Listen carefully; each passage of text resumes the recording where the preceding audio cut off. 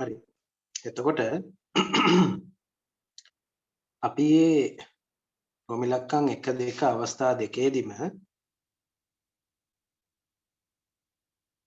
දිනේ කරපු විදිහට ඉගෙනගත්ත විදිහට ඒ අවස්ථා දෙකේදීම උත්පාදනය වන විද්‍යුත් ගාමක බලය නැත්නම් හරියටම කිව්වොත් ප්‍රේරිත විද්‍යුත් ගාමක බලය නිසා ඇතිවන ධාරාව. ඒ ප්‍රේරිත විද්‍යුත් ගාමක බලයේ ධාරාවේ ධන සහ ඍණ අග්‍ර නොවෙනස්ව පවතිනවා. වෙනස් වෙන්නේ නැහැ.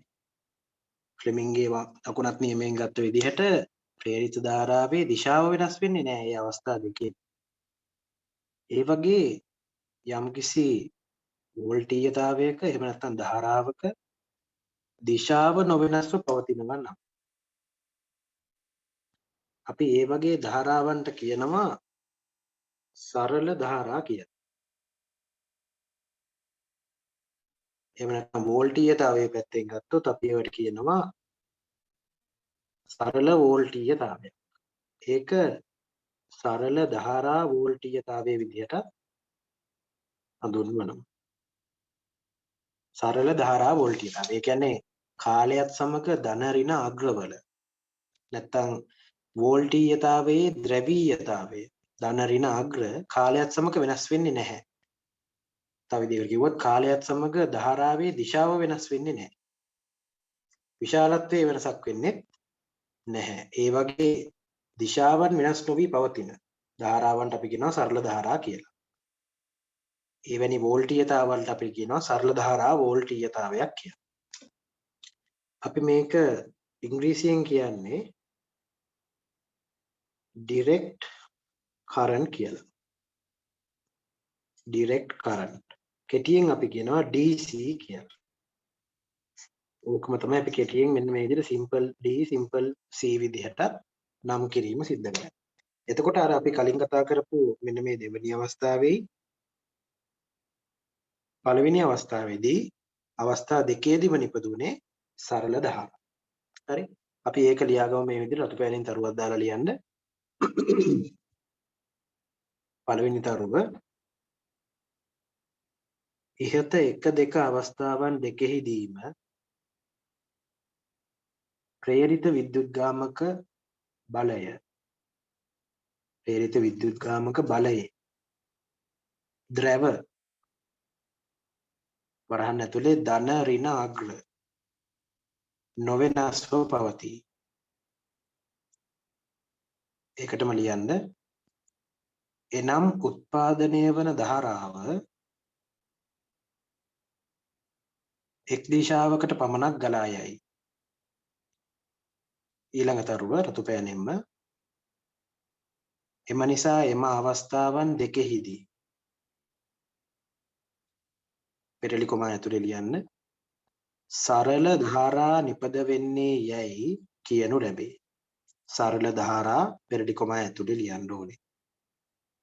එම නිසා එම අවස්ථාවන් දෙකෙහිදී සරල ධාරා නිපද වෙන්නේ යයි කියනු ලැබේ. වරහන් ඇතුලේ ලියා ගන්න මේ විදිහට direct current කමාවක් දාලා ඒකත් එක්කම එක රූලේ ලියන්න DC ඇයිරක් simple D simple C.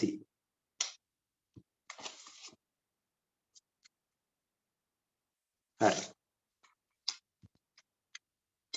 එතකොට අපි මේකේ තුන්වෙනි අවස්ථාවට යනවා. විද්‍යුත් චුම්බක ප්‍රේරණයේ තුන්වෙනි අවස්ථාව. අපි මේ උසස් පෙළ භෞතික විද්‍යාවට ඉගෙන ගන්න තුන්වෙනි අවස්ථාව. රෝමිලක්කම් කැපිටල් රෝමිලක්කම් 3 දාලා තුන අවස්ථාව කියලා දාලා ලියා ගන්න. ඒකාකාර චුම්බක ක්ෂේත්‍රයක් තුල ඍජු කෝණාශ්‍ර දඟරයක් භ්‍රමණය වන විට ඒකාකාර චුම්බක ක්ෂේත්‍රයක් තුල ඍජු කෝණාශ්‍ර දඟරයක් භ්‍රමණය වන විට වරහන් ඇතුලේ ලියා ගන්න මේ විදිහට ඩයිනමෝ මූලධර්මය. ඩයිනමෝ මූලධර්මය. ඔයගොල්ලෝ මේක ඉගෙනගෙන තියෙනවා සාමාන්‍ය පෙළ විද්‍යාවට. නැවතත් අපි මේක මතක් කිරීම කරන්නේ. සහ හරියටම කොහොමද මෙතන ප්‍රේරණය වන විද්‍යුත්ගාමක බලය සහ ධාරාව ක්‍රියා කරන්නේ කියන එක ගැන නැවත ඉගෙන ගැනීම විතරයි මෙතනදී කරන්නේ. හරිද? මේකට අමතරව තව පොඩි දෙයක් ගැන අපි ඉගෙන ගන්නවා උසස් පෙළ මට්ටමේ. හරි. එතකොට මම මේ මුලින්ම අඳින්න යන්නේ ඩයිනමෝවක. එහෙම නැත්නම් ඒකාකාර චුම්බක ක්ෂේත්‍රයක් තුල භ්‍රමණය වන දඟරතලයක සරල සැකැස්ම. මම මුලින්ම මේ අඳින්න යන්නේ ත්‍රිමාන විදියට.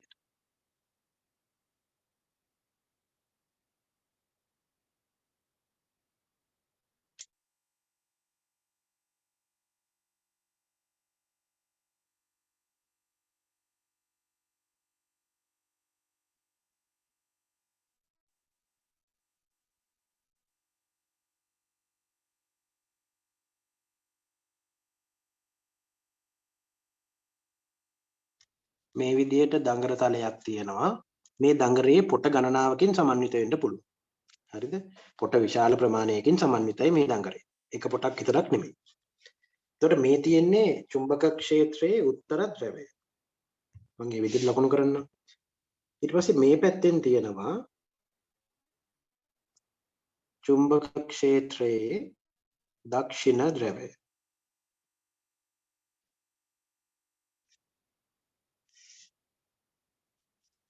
S මේක ඍජුකෝණාශ්‍ර දඟර තලයක්නේ. අපි මාතෘකාවේ විදිහට ගත්තොත් චුම්බක ක්ෂේත්‍රය තුළ චලනය වන ඍජුකෝණාශ්‍ර දඟර තලය. එතකොට මේ ඍජුකෝණාශ්‍ර දඟර තලය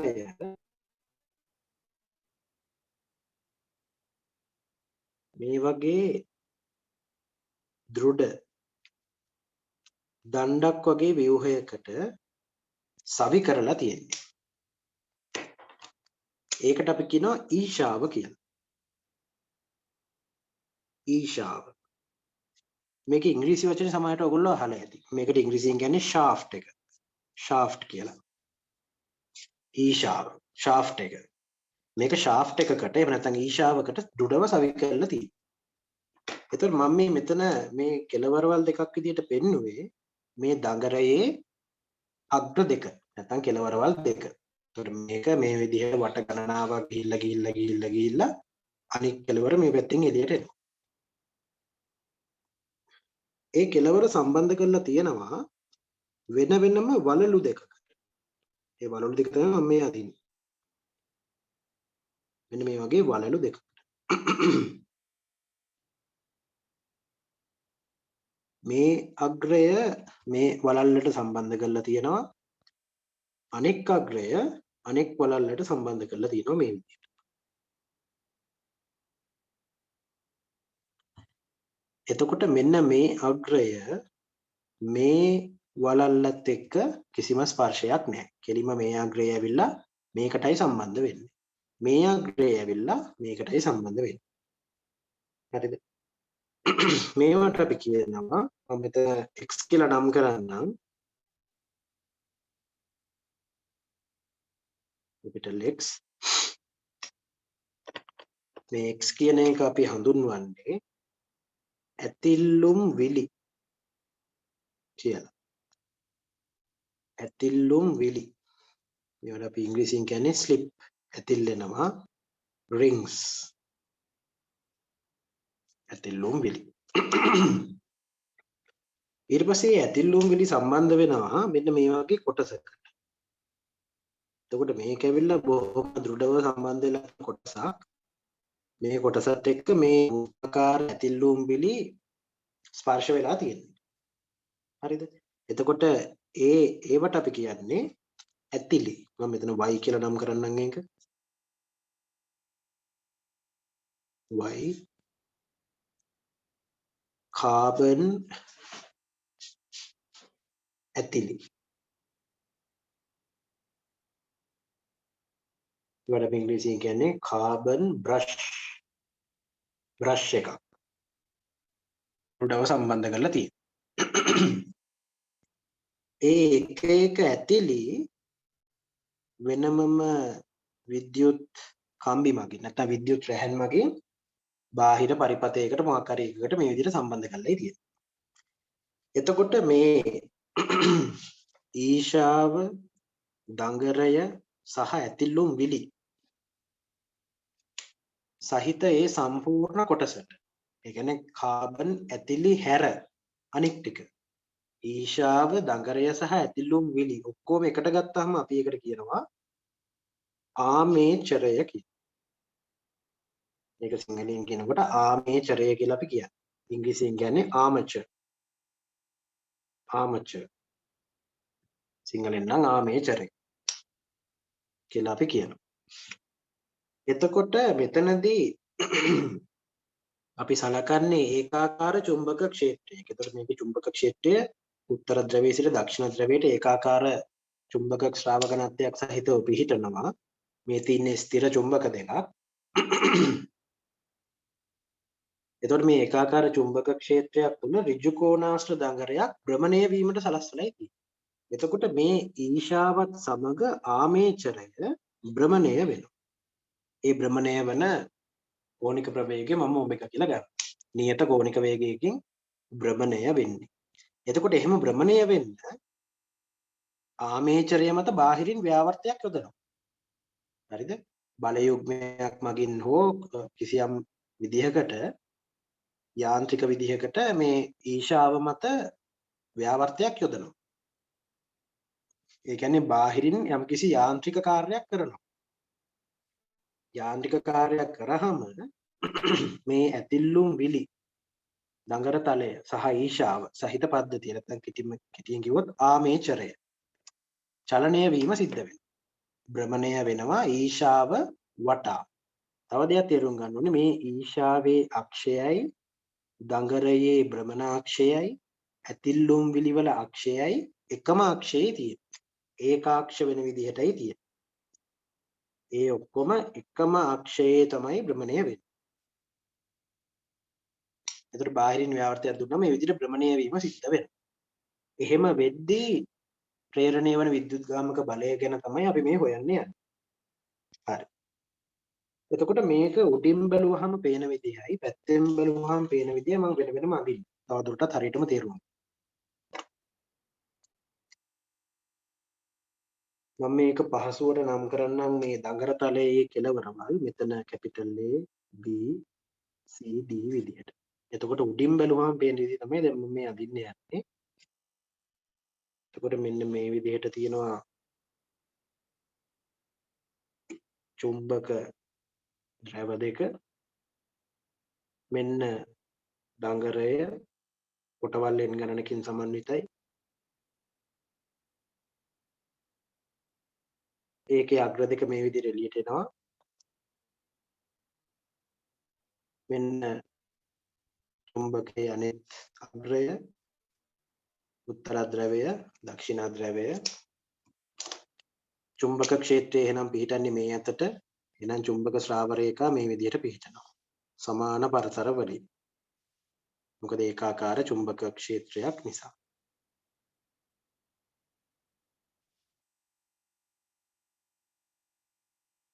හරි. ඊට පස්සේ දඟර තලයේ මම මේකේ විදිහටම නම් කරොත් මෙතන A B C සහ D. එතකොට මේ අග්‍රය සම්බන්ධ වෙනවා එක ඇතිල්ලුම් විල්ලකට මේ අග්‍රය සම්බන්ධ වෙනවා අනෙක් ඇතිල්ලුම් විල්ලකට. ඊට මේ දෙක මේ විදිහට ඇතිල්ලුම් විලි දෙක ඇතිලි දෙකකට කාබන් දෙකකට ඇතිලි දෙකකට සම්බන්ධ වෙනවා. ඒක වෙනමම බාහිර පරිපතයකට සම්බන්ධ වෙනවා සම්බන්ධක කම්බි. එහෙම නැත්නම් රැහැන් මගින්. මොන උඩින් බැලුවම පේන විදිහ. පැත්තෙන් බැලුවම පේන්නේ මම මෙතන පැත්තෙන් කියලා අදහස් කරන්නේ ඉස්සරහින්. ඉස්සරහින් බලුවොත් පේන විදිහ. එතකොට මම මේ ඉස්සරහින් බැලුවම පේන විදිහ අඳින්නේ චුම්බක ද්‍රව දෙකයි දඟර තලයයි පමණයි. මම මේ ඇතිල්ලුම් විලි මොනවත් අඳින්න යන්නේ නැහැ. හරිද? මොකද අපිට තේරුම් ගන්න පහසුයි ඉදිරි දැන් මේ ඉස්සරහට ඉගෙන ගන්න යන දේවල් වල ඉස්සරහින් බැලුවම පේන විදිහේ ආයතරය විතරක් සැලකුවා. නැත්නම් ආමේචරයේ ඇතිල් ලුම්බිලි ටික නැතුව දඟ තලයේ විතරක් සැලකුවා. එතකොට මේක මේ මම මේ ඇඳපු රූපයේ මුල් අවස්ථාවේ පිහිටන්නේ මේ චුම්බක ක්ෂේත්‍රයට දඟර තලයේ සමාන්තර වෙන විදිහට. එහෙනම් මෙන්න මේ විදිහටයි පිහිටන්නේ. ඔන්න දඟර තලය. ඉස්සරහින් බැලුවම පේන්නේ A අග්‍රයයි D අග්‍රයයි පමණයි. එහෙනම් මෙතන A මෙතන D. මෙයා මෙන්න මේ වගේ අක්ෂයක් වටා මේ අතට ඔමෙගා කෝණික වේගයෙන් භ්‍රමණය වෙනවා. චුම්බක ක්ෂේත්‍රයට අදාළ ස්රාව රේඛා මේ විදිහට පිහිටනවා.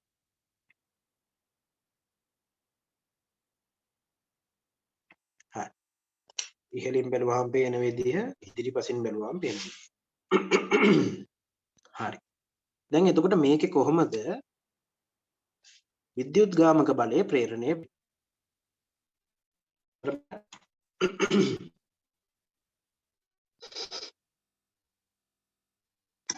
මේක භ්‍රමණය වෙනකොට ආමේචරය මේ විදිහට භ්‍රමණය වෙනකොට මේ අතට නැත්නම් මේ අතට භ්‍රමණය වීම සිද්ධ වෙනකොට මේ දඟර තලය මේ දඟරයෙන් වට වෙන වර්ගඵල හරහා තියෙන චුම්බක ශ්‍රාවය වෙනස් වෙනවනේ. බලන්න.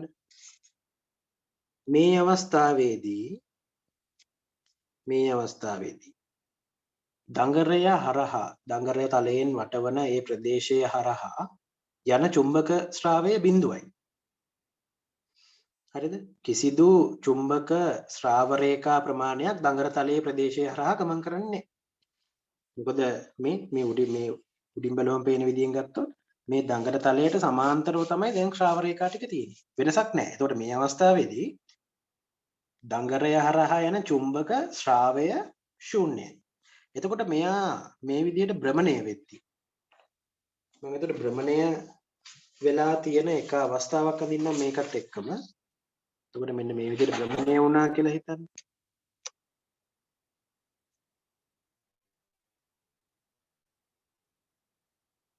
උත්තර ද්‍රවයේ දක්ෂිණ ද්‍රවයේ මේ විදිහටමයි චුම්බක ශ්‍රාව රේඛා මේ විදිහටමයි මුලින්ම තිබ්බේ සමාන්තරව. ඊට පස්සේ මෙන්න මේ වගේ පිහිටුමකට ආවා කියලා හිතන්න. භ්‍රමණය වෙලා.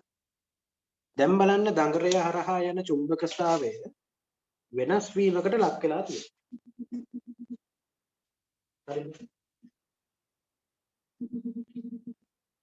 දඟර තලය හරහා යන චුම්බක ශ්‍රාවය වෙනස් වීමකට ලක් වෙලා තියෙනවා.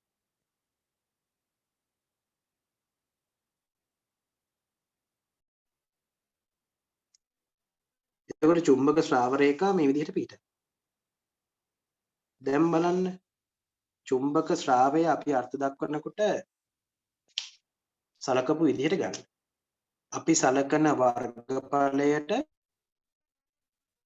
අඳින ලද අභිලම්බය. මම මේ විදිහට අදලා පෙන්නන්න. මෙන්න අඳින ලද අභිලම්බය. මේක රූප සටහනේ අඳින්න ඕනේ නැහැ. මම නිකන් තේරෙන්න කියන්නේ මේ. අඳින ලද අභිලම්බය. ඒ අභිලම්බයයි චුම්බක ක්ෂේත්‍රයේ අතර යම්කිසි කෝණයක් දැන් තියෙනවා. හරිද? යම්කිසි කෝණයක් දැන් තියෙනවා. එතකොට ඒ කෝණය මෙන්න මේ භ්‍රමණය වෙච්ච ඊටා කෝණයට සමානයි. හරි? එතකොට චුම්බක ශ්‍රාව රේඛා මේ අත පිහිටන්නේ එනම් මෙහා හරහා යන චුම්බක ශ්‍රාවය දැන් ශුන්‍යයේ සිට ශුන්‍ය අවස්ථාවේ සිට යම්කිසි අවස්ථාවක් දක්වා වෙනස් වෙලා තියෙනවා. එතකොට මෙතන චුම්බක ශ්‍රාවය වෙනස් වීම සිද්ධ වෙන්නේ. චුම්බක ශ්‍රාවය කියන්නේ NBA cos theta. බලන්න මෙතන මේ භ්‍රමණය වෙද්දී පොට ගණන වෙනස් වුණේ නැහැ. චුම්බක ශ්‍රාව ඝනත්වයේ අගය වෙනස් වුණේ නැහැ. දිශාව වෙනස් වුණෙත් නැහැ. අපි සලකන වර්ගඵලය වෙනස් වුණෙත් නැහැ. අපි සලකන්නේ මේ දඟර තලය හරහා යන ඒ දඟර තලයෙන් වට වෙච්ච වර්ගඵලයනේ. ඒක වෙනස් වුණෙත් නැහැ. වෙනස් වුණු එකම සාධකය මෙන්න මේක. අපි සලකන දඟර තලයට ඇති ලම්බයයි අභිලම්බයයි චුම්බක ක්ෂේත්‍රය අතර කෝණය. තීටා වෙනස් වීම නිසා චුම්බක ශ්‍රාවය වෙනස් වෙනවා. ඒ විදිහට චුම්බක ශ්‍රාවය වෙනස් වෙනකොට විද්‍යුත්ගාමක බලයක් ප්‍රේරණය වීම සිද්ධ වෙනවා. අන්න ඒ විදිහටයි මෙතන විද්‍යුත්ගාමක බලයක් ප්‍රේරණය වෙන්නේ. හරි. එතකොට මේක අපිට තව ටිකක් සරල කරගන්න. දැන් බලන්න. මේක මේ විදිහට භ්‍රමණය වෙද්දී මේ විදිහට භ්‍රමණය වෙනකොට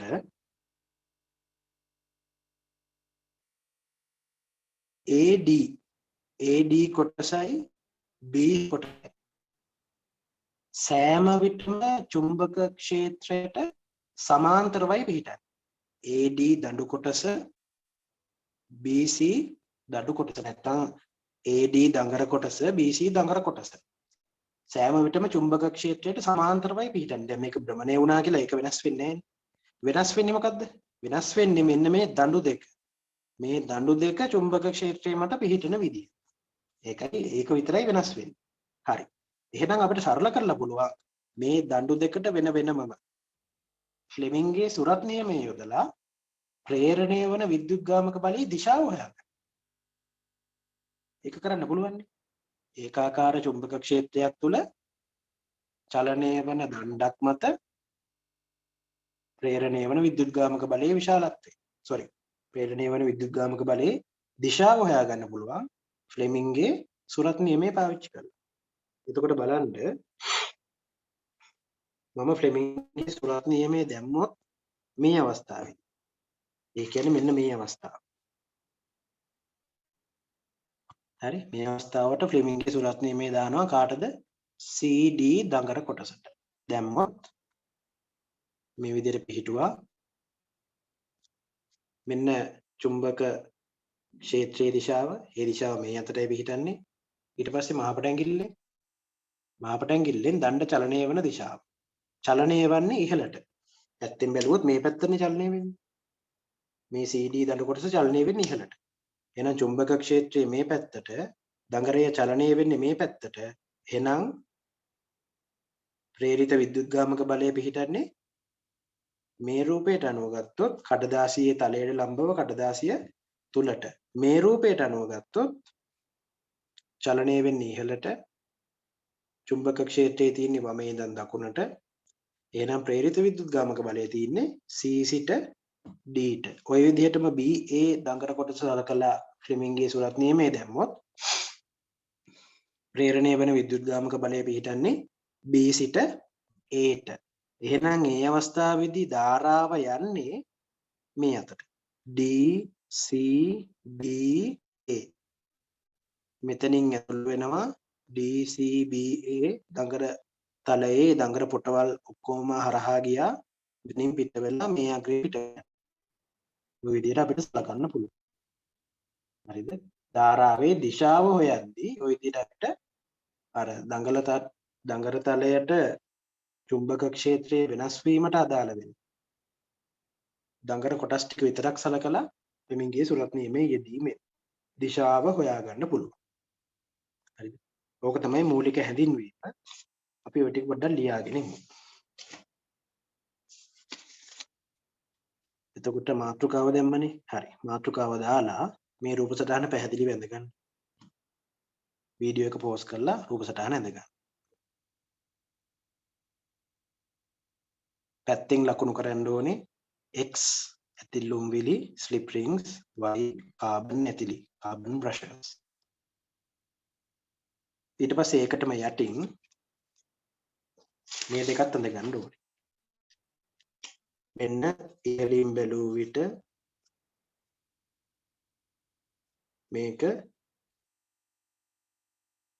ඉදිරියෙන් බැලුව විට ඒ දෙකත් අඳගන්න.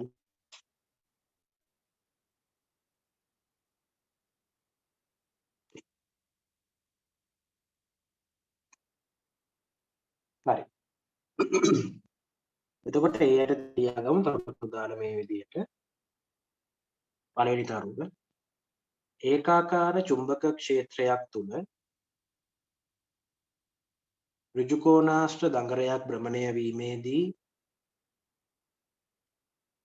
එහි විද්‍යුත්ගාමක බලයක් ප්‍රේරණය වේ. ඒකටම ලියන්න සංවෘත පරිපතයක් නම් ධාරාවක් ජනනය වේ.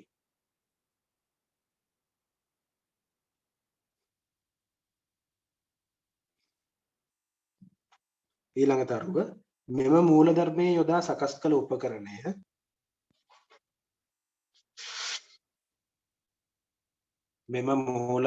යොදා සකස් කළ උපකරණය විදුලි ධාරා ජනකය හෙවත් ඩයිනමෝව ලෙස හඳුන්වයි. විදුලි ධාරා ජනකය හෙවත් ඩයිනමෝව ලෙස හඳුන්වයි. ඊළඟ තරුව එහි සරල සැකැස්ම ඉහත රූපවල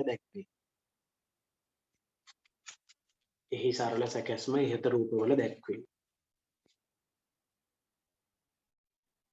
පොටවල් ගණනාවකින් සමන්විත ABCD දගරයක අග්‍ර කැපිටල් X ඇතිල්ලුම් විලිවලට වෙන වෙනම සම්බන්ධ කර ඇත. ඊළඟ තරුව දඟරය හා ඇතිල්ලුම් විලි ඒකාක්ෂව භ්‍රමණය වන පරිදි ඊශාවකට සම්බන්ධ කර ඇත.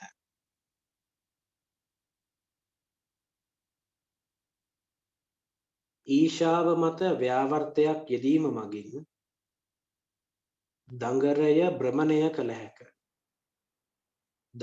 භ්‍රමණය කළ හැක. දඟරය කමාවක් ඇතිල්ලුම් විලි සහ ඊශාව සහිත කොටස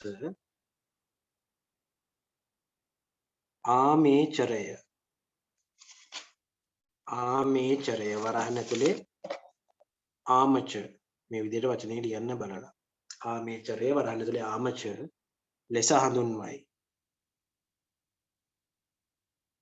ඇතිල්ලුම් විලි සමග ස්පර්ශව පවතින පරිදි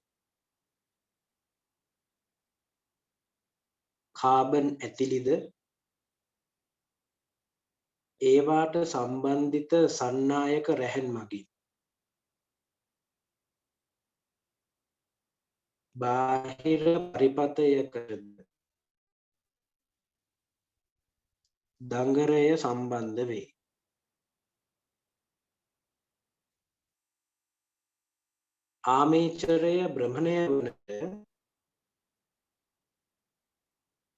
ආමේචරය භ්‍රමණය වන විට ABCD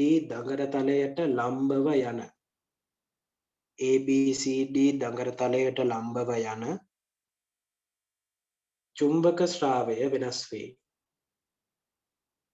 චුම්බක ශ්‍රාවය වෙනස් වේ.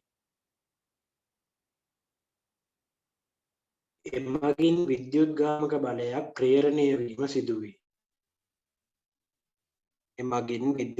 බලයක් ප්‍රේරණය වීම සිදුවේ. අන්තිම තරුව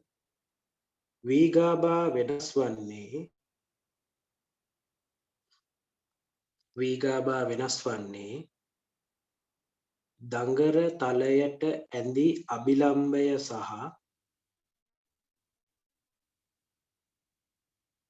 චුම්බක ශ්‍රාවය අතර කෝණයේ චුම්බක ක්ෂේත්‍රය අතර කෝණයේ දඟර තලයට ඇදී අභිලම්බය සහ චුම්බක ක්ෂේත්‍රය අතර කෝණයේ වෙනස් වීම අනුවය.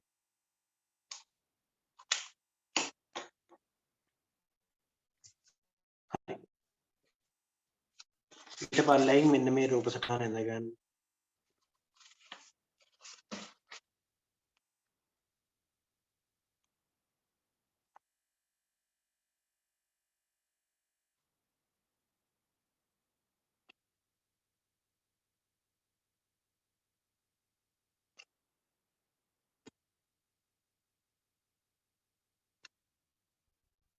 right. එතකොට මෙතන අපිට තීටා වෙනුවට ලියන්න පුළුවන් කෝණික ප්‍රවේගය සහ කාලය සම්බන්ධ කරලා. තීටා සමානයි ඔමෙගා t. හරි. මේක අනුරූප වෙන්නේ රේඛීය චලිතයේ S සමානයි ut කියන සමීකරණයට අනුව. හරි? කෝණික විස්ථාපනය රේඛීය විස්ථාපනය සමානයි ප්‍රවේගයේ වැඩි කිරීම ගත වූ කාලය. ඒකාකාර ප්‍රවේගයෙන් ගමන් කරන වස්තුවකට S සමානයි ut කියන සමීකරණය වළංගුයි. ඒ වගේ ඒකාකාර කෝණික ප්‍රවේගයෙන් භ්‍රමණය වන මෙන්න මේ දඟර තලයට භ්‍රමණය වෙච්ච කෝණය θ කෝණික විස්ථාපනය කියලා අපි ගන්නවා. ඒක සමාන වෙනවා කෝණික ප්‍රවේගයේ වැඩි කිරීම ගත වූ කාලයට. මේකත් ලියාගන්න යටින්.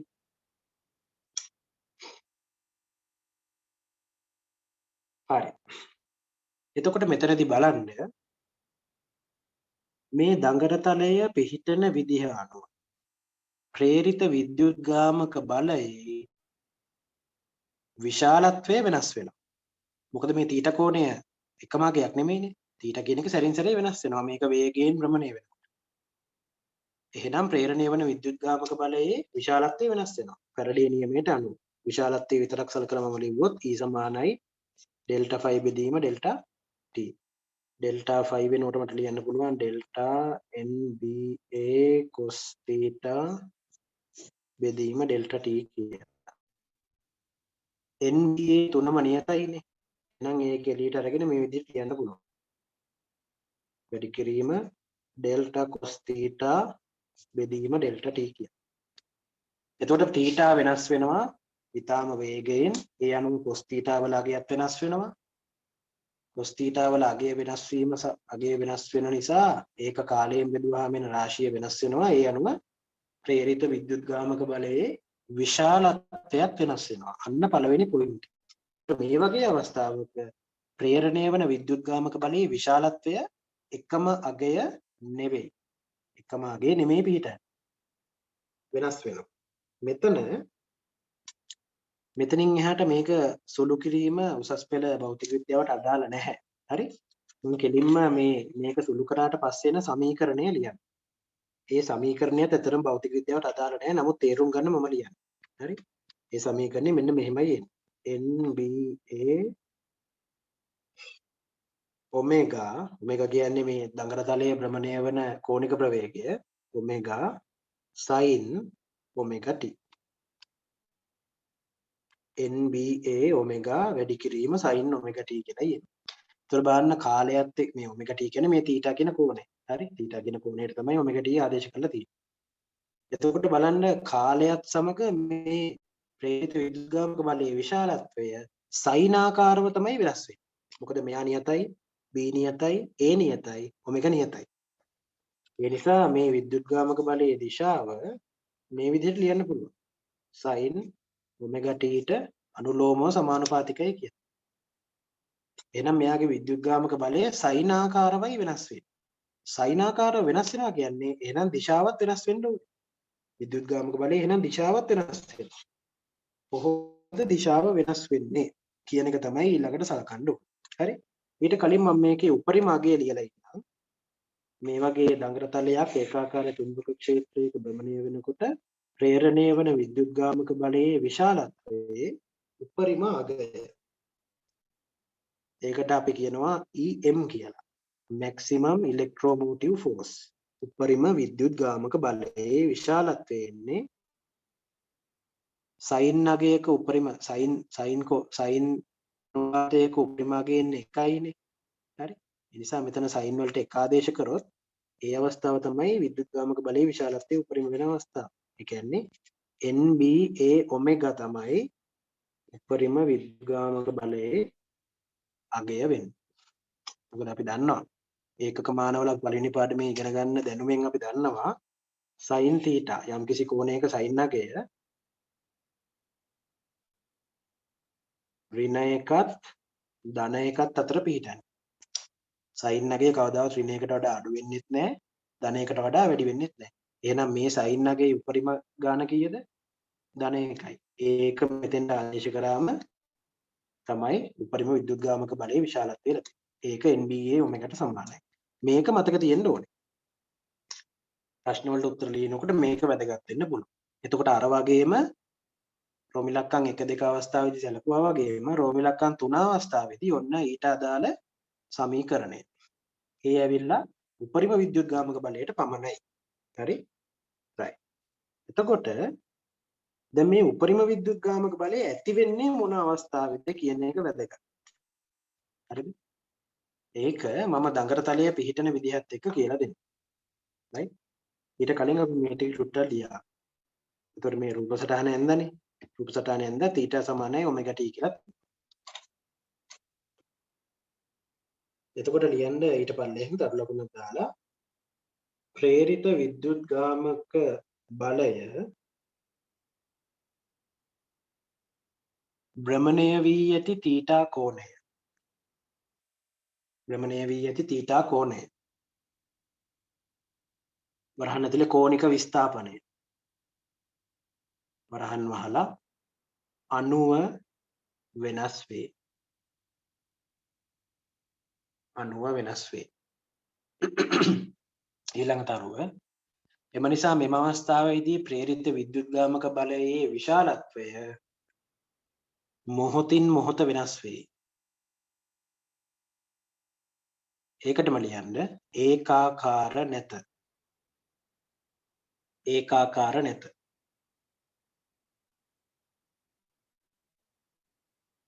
right. ඊළඟ තරුව දාලා ලියන්න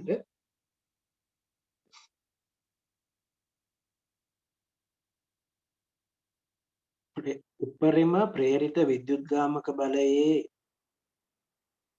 විශාලත්වය උපරිම ප්‍රේරිත විද්‍යුත්ගාමක බලයේ විශාලත්වය පහත ප්‍රකාශනයෙන් නිරූපණය වේ. පහත ප්‍රකාශනයෙන් නිරූපණය වේ.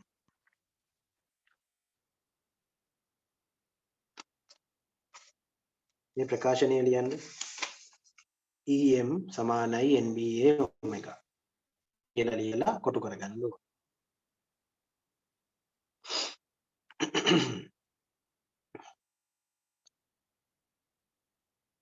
හරි.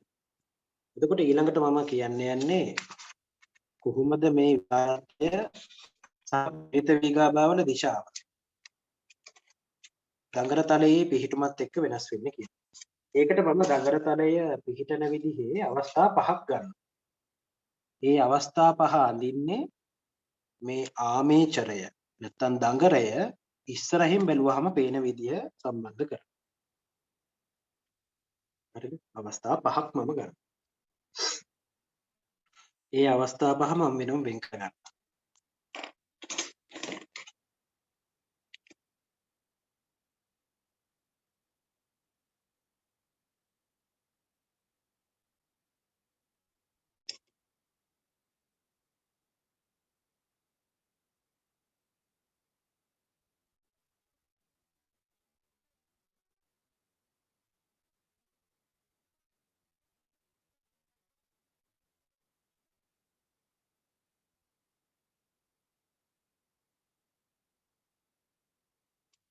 ඔය විදිහට මම අවස්ථා පහක් වෙන් කරගන්නම්කෝ.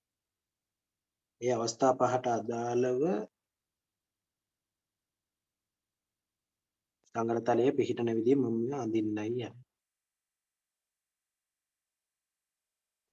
එතකොට අපි අර කලින් ගත්ත සමීකරණයත් එක්ක මේක පොඩ්ඩක් ගලපලා දඟරතලයේ පිහිටන විදිය හරියටම තේරුම් ගන්න පුළුවන්.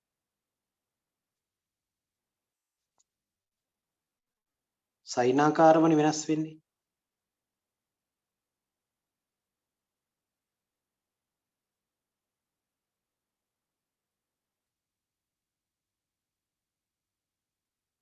හරි.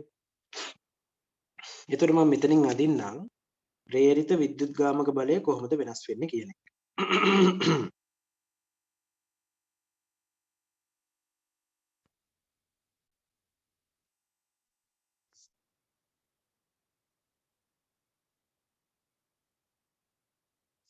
අවස්ථා පහට අදාළව කාලයත් සමග වෙනස් වෙන විදිහයි මම මේ අඳින්නේ. එතකොට කාලය ඍණ වෙන්න බෑ. එහෙනම් x අක්ෂය ඍණ පැත්තට දික් වෙන්න විදියක් නැහැ. හරි. මේක මේ විදිහට තියෙනවා. e එතන බිඳුව. හරි. සයිනාකාරව වෙනස් වෙන්නේ. ඒ කියන්නේ යම්කිසි උපරිමාගයක් සහ අවමාගයක් තියෙන විදිහට මෙන්න මේ වගේ විචලනයක් තමයි එහෙනම් පෙන්වන්න කරන්න ඕනේ. සයිනාකාර විචලනයක් නම්. හරිද? යම්කිසි උපරිමාගයක් තියෙනවා යම්කිසි අවමාගයක් තියෙනවා. මේ උපරිමාගයේ අවමාගයේ විශාලත්ව සමානයි. මොකද මේ පරතරයයි සමාන නිසා. හරිද? එහෙනම් මම මෙතන මේ විදිහටම අඳින්න. ඇඳලා ඊට පස්සේ පැහැදිලි කරන්නම් මේක කියන්නේ විදිහ කොහොමද.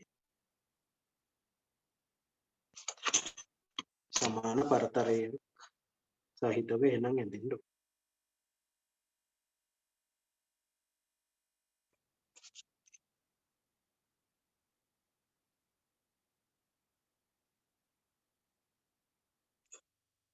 එහෙනම් මේකේ විචලනය එන්නේ මේ විදිහට. මෙතනදී උපරිමයක් වෙනවා නැත්නම් ආපහු මෙතනදී බිඳුවක් වෙනවා. ආපහු මෙතනදී අවම වෙනවා. නැවත විචලනය මෙන්න මෙහෙමයි එන්නේ. සයිනාකාර.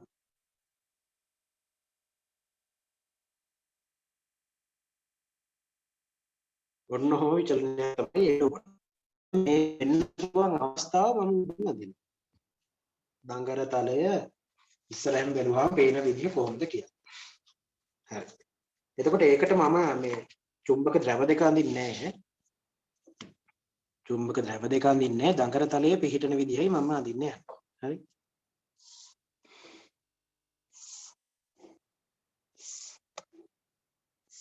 මොකද තේරුම් ගන්න ලේසි. චුම්බක ද්‍රව දෙක අඳින්න දෙයක් නැහැ. කොහොමත් ඉස්සරහින් බැලුවාම වමේ ඉඳන් දකුණට තමයි චුම්බක ශ්‍රාවය පිහිටන්නේ. එතකොට බලන්න මෙන්න මේ ප්‍රේරිත විද්‍යුත්ගාමක බලය බිඳුව වෙන අවස්ථාව. දැන් මෙයා වෙනස් වෙන්නේ මෙන්න මෙයා වෙනස් වීම මතනේ. එහෙනම් මෙයා බිඳුව වෙනවා කියන්නේ sin omega t කියන එකත් බිඳුව වෙන අවස්ථාව.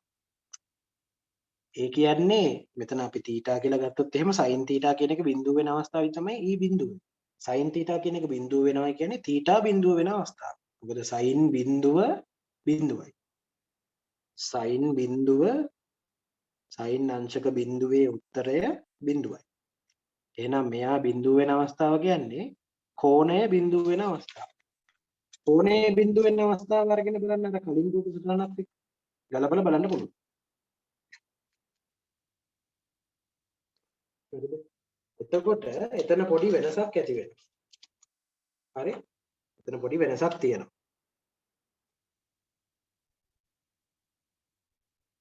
මෙතන කෝණය සලකන්නේ මෙතන θ කෝණය සලකන්නේ මෙන්න මේක. මේ කෝණය. මොනේ වෙලාවේ කෝණය. හරිද? මෙන්න මේ කෝණය. මෙන්න මේක. හරිද? එතකොට මේක බිඳුව වෙන අවස්ථාව කියලා කියන්නේ දඟල තලයේ මෙන්න මේ විදිහට තියෙන අවස්ථාව. ඉස්සරහින් බැලුවොත් මෙන්න චුම්බක ශ්‍රාව රේඛා පිහිටන විදිහ මෙන්න දඟර තලයේ තියෙන විදිහ. දඟර තලය චුම්බක ක්ෂේත්‍රයට ලම්බව පිහිටනවා. මේ පැත්තටයි කරකැවෙන්නේ. හරිද? දැන් මෙතනදී මෙහෙම ප්‍රශ්නයක් එන්න පුළුවන් ඔයගොල්ලන්ට. ඒ තමයි දඟර තලයේ චුම්බක ක්ෂේත්‍රයට ලම්බව තියෙනකොට චුම්බක ශ්‍රාවය උපරිම වෙනවනේ. ඔව්. ඒක ඇත්ත. චුම්බක ශ්‍රාවය උපරිම වෙනවා. θ උපරිම වෙනවා. හැබැයි මෙතන මේ ප්‍රේරණය වෙන විද්‍යුත්ගාමක බලය තීරණය වෙන්නේ ෆයි මත නෙමෙයි. ඩෙල්ටා ෆයි මතනේ. චුම්බක ශ්‍රාවයේ වෙනස් වීම මත. චුම්බක ශ්‍රාවය මත නෙමෙයි. චුම්බක ශ්‍රාවයේ වෙනස් වීම මත. එතකොට මේ අවස්ථාවේදී දඟර තලයේ චුම්බක ක්ෂේත්‍රයට ලම්බව තියෙන අවස්ථාවේදී චුම්බක ශ්‍රාවය වෙනස් වීමේ ශීඝ්‍රතාවය අවමයි. අඩුමාගේ තියෙන එතනදී. චුම්බක ශ්‍රාවය උපරිම වුණාට චුම්බක ශ්‍රාවයේ වෙනස් වීමේ ශීඝ්‍රතාවය අවමාගේ තියෙන. ඒ නිසා මෙතනදී ප්‍රේරණය වන විද්‍යුත්ගාමක බලය බිඳුවයි. ඊට පස්සේ මේ උපරිම වෙන්නේ දඟර තලයේ චුම්බක ක්ෂේත්‍රයට සමාන්තරව තියෙන. නොයේ විදිහට. මේ අතරයි කරකෙන්නේ. ඒ කියන්නේ මේ පැත්ත ඉහළට කරකිනවා මේ පැත්ත පහළට කරකිනවා. එතකොට ඉස්සරහින් බැලුවොත් මේ තමයි A අග්‍රය. A අග්‍රය මේක D අග්‍රය. ඔය විදිහටයි තියෙන්නේ. හරිද? ඊළඟට නැවතත් බිඳුව වෙනවා දඟර තලයේ චුම්බක ක්ෂේත්‍රයට ලම්බ වෙනකොට. එතකොට බලන්න D කියන අග්‍රය ඉහළට එනවා. A කියන අග්‍රය පහළට එනවා. හරිද? මෙතනදී උඩ තිබ්බේ A අග්‍රය යට තියෙන්නේ D අග්‍රය. අංශක 90ක් කැකුණාම A අග්‍රය මෙතෙන්ට එනවා D අග්‍රය මෙතෙන්ට එනවා. තවත් අංශක 90ක් කරකුවාම D අග්‍රය උඩට යනවා A අග්‍රය පහළට එනවා. එතනදී නැවතත් ප්‍රේරිත විද්‍යුත්ගාමක බලය බිඳුවයි. දඟර තලය චුම්බක ක්ෂේත්‍රයට ලම්බ වෙනකොට චුම්බක ශ්‍රාවයේ වෙනස් වීමේ ශීඝ්‍රතාවය අවමයි. ඒ කියන්නේ ප්‍රේරිත විද්‍යුත්ගාමක බලය ශූන්‍යයි බිඳුවයි. හරිද? බිඳුවයි. මේ අවස්ථාවේ තමයි චුම්බක ශ්‍රාවයේ වෙනස් වීමේ ශීඝ්‍රතාවය උපරිම වෙන්නේ. විශාලත්වයේ උපරිම වෙන්නේ. හරිද? right.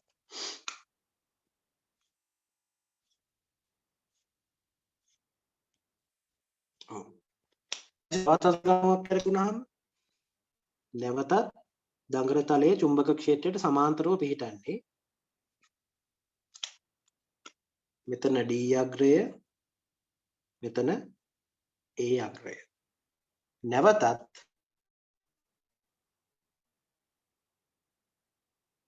ප්‍රේරණය වන විද්‍යුත්ගාමක බලයේ විශාලත්වය උපරිම වෙනවා. හැබැයි විශාලත්වයේ උපරිම වුණාට ලකුණෙන් ඍණ වෙනවා. කොහොමද ලකුණෙන් ඍණ වෙන්නේ? උතර බලන්න. කොහොමද ලකුණෙන් ඍණ වෙන්නේ? දැන් මේකට අදාළව මම මේ උඩින් බැලුවහම පේන විදිහ ඇති. මෙන්න මේකට අදාළව දඟර තලයේ උඩින් බැලුවහම පේන. මෙතන A, මෙතන D, මෙතන B, මෙතන C. මේ අවස්ථාවට අදාළව උඩින් බැලුවොත් මේ විදිහට තියෙනවා. මෙතන D, මෙතන C, මෙතන ඉස්සරහින් බැලුවම මෙතන A, මෙතන B. හරි. දැන් බලන්න මේක භ්‍රමණය වුණා කියලා මෙයා භ්‍රමණය වුණා කියලා පරිපතයේ සම්බන්ධ වෙන තැන වෙනස් වුන්නේ නැහනේ.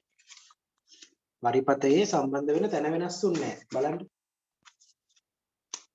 D අග්‍රය සෑම විටම මේ ඇතිල්ලුම් විල්ලටයි සම්බන්ධ වෙලා තියෙන්නේ. A ඇතිල්ලුම් විල්ල මේ අග්‍රයටයි සම්බන්ධ වෙලා තියෙන්නේ. මේ කාබන් ඇතිලියට. A කාබන් ඇතිලිය මේ අග්‍රයටයි සම්බන්ධ වෙලා තියෙන්නේ. එතකොට මෙයා භ්‍රමණය වුණා කියලා මේ D අග්‍රයේ සම්බන්ධ වෙලා තියෙන අග්‍රය වෙනස් වෙන්නේ නැහැනේ. ඒ වගේම තමයි භ්‍රමණය වුණා කියලා ඒ කෙලවරට අදාළ අග්‍රය සම්බන්ධ වෙලා තියෙන පැත්ත වෙනස් වෙන්නේ නැහැ. අන්න ඒක නිසා තමයි වටයක් කැරකෙනකොට ධාරාව ඍණ වෙන්නේ. බලන්න මේ අවස්ථාවට අදාළව ෆ්ලෙමින්ගේ සුලත් නියමය දාලා අපි සලකමු AB කියන කොටස විතරක්. මේ අවස්ථාවට අදාළව AB කියන කොටස සලකන්න. චුම්බක ක්ෂේත්‍රයේ මේ අතර. හරිද? එතකොට මෙයාගේ මම මේ ඉහළින් බැලුවම පේන විදිහයි සලකන්නේ. හරි? චුම්බක ක්ෂේත්‍රයේ මේ අතර. හරි? මෙයා චලනය වෙන්නේ පොතේ තලයට ලම්බව පොත තුලට. මේ අතරනේ චලනය වෙන්නේ. එහෙනම් ප්‍රේරිත විද්‍යුත්ගාමක බලය පිහිටන්නේ පහළට. ඒකට ඒ අවස්ථාවේදී මෙන්න මෙහිමයි පිහිටන්නේ. මොන ඔය විදිහටයි පිහිටන්නේ. මේ අවස්ථාවේදී බලන්න AB කියන එක සලකලා. ඒකට මෙතනදී මේ අතරනේ භ්‍රමණය වෙන්නේ. ඒ කියන්නේ A කියන එක්කෙනා ඉහළට යනවා D කියන කොටස පහළට යනවා. ඒ කියන්නේ AB කියන දඟර කොටස පොතේ තලයට ලම්බව පොත තුලට කරකෙන්නේ. DC කියන දඟර කොටස පොතේ තලයට ලම්බව AB කියන දඟර කොටස පොතේ තලයට ලම්බව පොතෙන් ඉවතට චලනය වෙන්නේ. CD කියන දඟර කොටස පොතේ තලයට ලම්බව පොත තුලට චලනය වෙන්නේ. එතකොට මෙයාට දාලා බලන්න නැවත ෆ්ලෙමින්ගේ සුරත් නියමය. චුම්බක ක්ෂේත්‍රයේ මේ අතට චලනය වෙන්නේ පොතේ තලයට ලම්බව පොතෙන් ඉවතට. එනම් ප්‍රේරිත විද්‍යුත්ගාමක බලය පිහිටන්නේ මේ අතට. එතකොට බලන්න මේ අතටයි පිහිටන්නේ. එතකොට බලන්න මේ අවස්ථාවේදී ධාරාව ගමන් කරන පැත්ත බලන්න. D C B A මම මෙතන ලියන්න D C B A D නම් ඒටයි ගමන් කරන්නේ.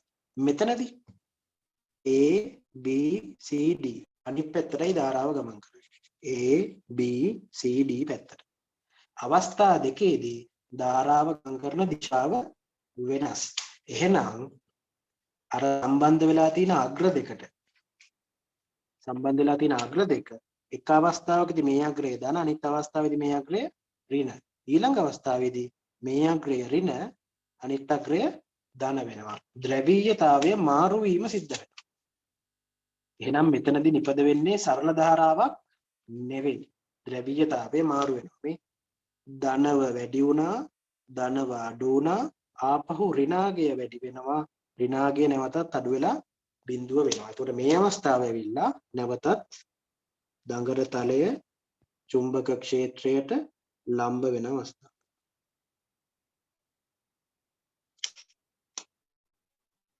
D මෙතන චුම්බක ක්ෂේත්‍රය හැම විටම මේ අවස්ථා හැම එකෙදිම වමේ සිට දකුණටයි පිහිට. ඕක නිවැරදිව තේරෙන්න ඕන. ප්‍රේරිත විද්‍යුත්ගාමක බලයේ විශාලත්වයේ උපරිම වෙන තැන් දෙක බලන්න. මෙන්න විශාලත්වයේ උපරිම වුණා. ලකුණ ධන. මෙන්න විශාලත්වයේ උපරිම වුණා. හැබැයි ලකුණ ඍණ. ඒ විශාලත්වය හැමතිස්සෙම උපරිම වෙන්නේ දඟර තලය චුම්බක ක්ෂේත්‍රයට සමාන්තරව තියෙනවා. ඒ අවස්ථාවට අදාළව විශාලත්වයේ සඳහා ප්‍රකාශනය තමයි අපි මේ මෙතන ලියුවේ. EM සමානයි NBA ඔමෙගා කියලා. හරිද? ඊට පස්සේ බලන්න ප්‍රේරිත විද්‍යුත්ගාමක බලයේ විශාලත්වයේ බිඳුව වෙන අවස්ථාව. බිඳුව වෙන්නේ හැමතිස්සෙම බලන්න මේ අවස්ථා තුන. මේ අවස්ථා තුන බලන්න. මෙන්න මේ අවස්ථා තුන. දඟර තලය චුම්බක ක්ෂේත්‍රයට ලම්බව තියෙනකොට. ලම්බව තියෙද්දී ප්‍රේරිත විද්‍යුත්ගාමක බලය බිඳුවක් එන්නේ. හැමතිස්සෙම ලම්බ අවස්ථාවේ ඉඳන් ඊළඟ අවස්ථාවට කැරකෙනකොට සම්පූර්ණ වටයක් කරකැවෙනකොට ප්‍රේරිත විද්‍යුත්ගාමක බලයේ දිශාව මාරු වීම සිද්ධ වෙනවා. එහෙනම් මෙතනින් සරල ධාරාවක් නෙමෙයි ප්‍රේරණය වෙන්නේ. මේකට අදාළව ප්‍රේරිත ධාරාව කාලය සමග විචලනය වෙන ප්‍රස්ථාරය යන්නම මේ වගේම සයිනාකාර වක්‍රයක් එනවා. මම මේකත් මෙතනම අඳින්නම්.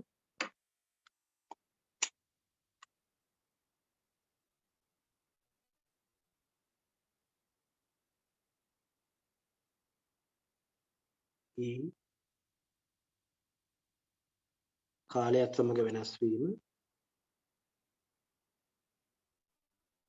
මේක මේ ප්‍රස්ථාර දෙක අඳිනකොට මේ රූප සටහනත් එක්ක ඊට පල්ලෙහින් t සමග වෙනස් වෙන එකයි ඊටත් පල්ලෙහින් it සමග වෙනස් වෙන එකයි එක පේලියට පල්ලයට අදින්න පුළුවන් නම් වඩා හොඳයි. මේකේ වෙන්නේ මේ වගේ සිද්ධ. ඔන්න ඔයගේ සයිනාකාරව ධාරාව වෙනස් වීම සිද්ධ වෙනවා. විශාලත්වය සහ දිශාව යන වෙනස් වීම සිද්ධ. ඒක පිළිගැනීම අන්තිමටම සමීකරණය ලියුවනේ. EM සමානයි NBA ඔමෙගා. ඊට යටින් ලියන්න. උපරිම ප්‍රේරිත විද්‍යුත්ගාමක බලය දඟර තලය ක්ෂේත්‍රයට සමාන්තර අවස්ථාවේදී ප්‍රේරණය වේ.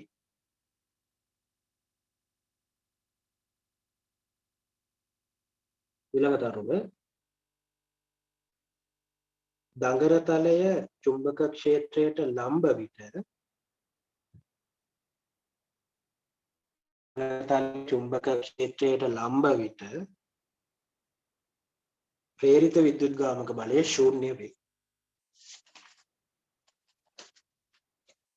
ප්‍රේරිත විද්‍යුත්ගාමක බලය ශූන්‍ය වේ. right. මේක අඳින්න ඕනේ. මේ අවස්ථා පහ පැහැදිලිව ඇඳලා ඒකත් එක්ක මේ ටික ඇඳ ගන්න ඕනේ පැහැදිලි. ඒකත් එක්කම යටින් ධාරාවේ විචලනයත් ඒත් එක්කම මේ විදිහට ඇඳ ගන්න ඕනේ. හරි? වීඩියෝ එක පෝස් කරන්න පෝස් කරලා එන්න.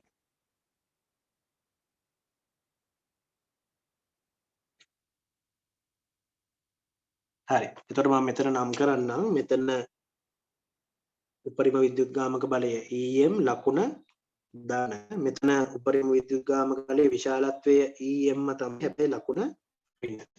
එතකොට මෙතන ධාරාව IM maximum current එක ධාරාවේ ලකුණ ධන මෙතන ධාරාවේ විශාලත්වය im තමයි හැබැයි ලකුණ ඍණ. ඒ විදිහට ලකුණු කරගන්න.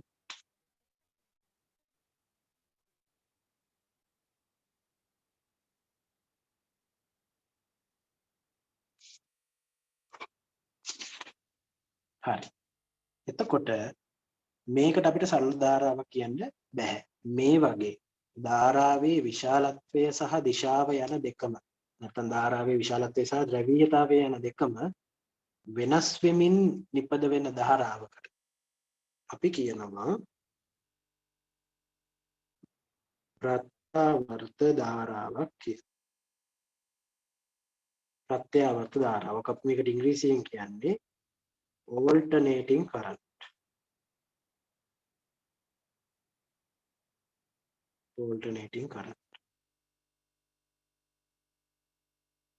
අපි මේකට කෙටියෙන් කියනවා AC current එකක් කියලා. AC නැත්නම් simple A simple C විදිහටත් මේක දක්වනවා. ප්‍රත්‍යාවර්ත ධාරාවක් කියලා. එතකොට ඔය සියලුම විදුලි බලාගාරවල විද්‍යුතය නිපදවීමට පාවිච්චි කරන ක්‍රියාවලිය මේකයි. විද්‍යුතය නිපදවීමට පාවිච්චි කරන සැකසුම මේකයි. මේ සැකසුමේ සරල විදිහ. හරි. එතකොට ඉංජිනේරුමය විදිහට මේක තව වැඩි දියුණු කරලා මේකේ සැකසුම පොඩ්ඩක් එහා මෙහා කරලා තමයි තියෙන්නේ. නමුත් සරල විදිහ මේකයි. සරල සැකස්ම මේ විදිහට තේරුම් ගන්න පුළුවන්.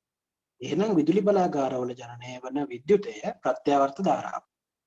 මොහොතින් මොහොත විශාලත්වය සහ දිශාව වෙනස් වීමකට භාජනය වෙනවා. හරිද? එතකොට මේක කරකැවීමට පාවිච්චි කරන මම කිව්වා ව්‍යාවර්තයක් යොදන්න ඕනේ. ඒ ව්‍යාවර්තය සඳහා යාන්ත්‍රික කාර්යයක් සිදු කරන්න ඕනේ. ඒ කියන්නේ යාන්ත්‍රික ශක්තියක් මේ ව්‍යාවර්තයේදීමට ලබා දෙන්න ඕනේ. ඒ යාන්ත්‍රික ශක්තිය තමයි විද්‍යුත් ශක්තිය බවට විද්‍යුත් චුම්බක ප්‍රේරණයෙන් ජනනය වීම සිද්ධ වෙන්නේ. එතකොට ඒ විදිහට මේ ඊශාව කරකවන්න පාවිච්චි කරන බල ශක්තිය මොකක්ද කියන එක අනුව තමයි ඔය විදුලි බලාගාර වර්ගීකරණය වෙන්නේ. දැන් ඔය ලක්ෂපාන වගේ බලාගාරයකට අපි කියන්නේ ජල විදුලි බලාගාර. ඒ කියන්නේ ඉහළ තැනක ඉඳන් පහළට වැටෙන ජලයේ තියෙන චාලක ශක්තියෙන් තමයි මේ ඊශාව කරකැවීම සිද්ධ වෙන්නේ. ඒක තලබඹරයකට සම්බන්ධ කරලා අපි ඒකට කියනවා ටර්බයින් එක කියලා. තලබඹරයකට සම්බන්ධ කරලා තලබඹරේ ඊශාවට සම්බන්ධ කරනවා. තලබඹරය කරකැවෙනවා ඒත් එක්කම ඊශාවත් කරකැවෙනවා. එතනින් විද්‍යුත් චුම්බක ප්‍රේරණය විද්‍යුත් ශක්තිය බවට පරිවර්තනය වෙනවා ජලයේ තියෙන චාලක ශක්තිය. ඊට පස්සේ අපි ගත්තොත් කැලණි තිස්ස වගේ බලාගාරය. අපි ඒකට කියන්නේ තාප විදුලි බලාගාර. එතනදී පාවිච්චි කරන්නේ ඩීසල්. ඩීසල් කියන ඉන්ධනය. ඒක දහනය කරලා ලැබෙන ශක්තියෙන් තමයි තලබඹරය කරකවලා එතනින් ඊශාව කරකවලා දඟර තලය කලකවලා විද්‍යුත් චුම්බක ප්‍රේරණයෙන් විද්‍යුත් ශක්තිය නිපදවන්නේ. ඒකට අපි ඒවට කියනවා තාප විදුලි බලාගාර. ඊට පස්සේ ලක්විජය වගේ බලාගාරය, නොරොච්චෝලේ බලාගාරය වගේ එකක් ගත්තොත් එහෙම අපි ඒකට කියන්නේ ගල් ලඟුරු බලාගාර. එතනදී පාවිච්චි කරන්නේ ගල් ලඟුරු. ගල් ලඟුරු වලින් ජලය මේ වාෂ්ප කරලා ඒ වාෂ්ප අපි කියන්නේ ඒකට හුමාලය කියලා. ඒ හුමාලයෙන් තලබඹරය කරකවලා එතනින් ඊශාව කරකවලා එතනින් විද්‍යුතිය නිපදවීම සිද්ධ වෙනවා. එතකොට අර මේ ඊශාව කරකවන්න තලබඹරය නැත්තම් ටර්බයින් එක කරකවන්න පාවිච්චි කරන ප්‍රභවය මොකක්ද කියන එක අනුව තමයි විදුලි බලාගාරය තාප විදුලිද ජල විදුලිද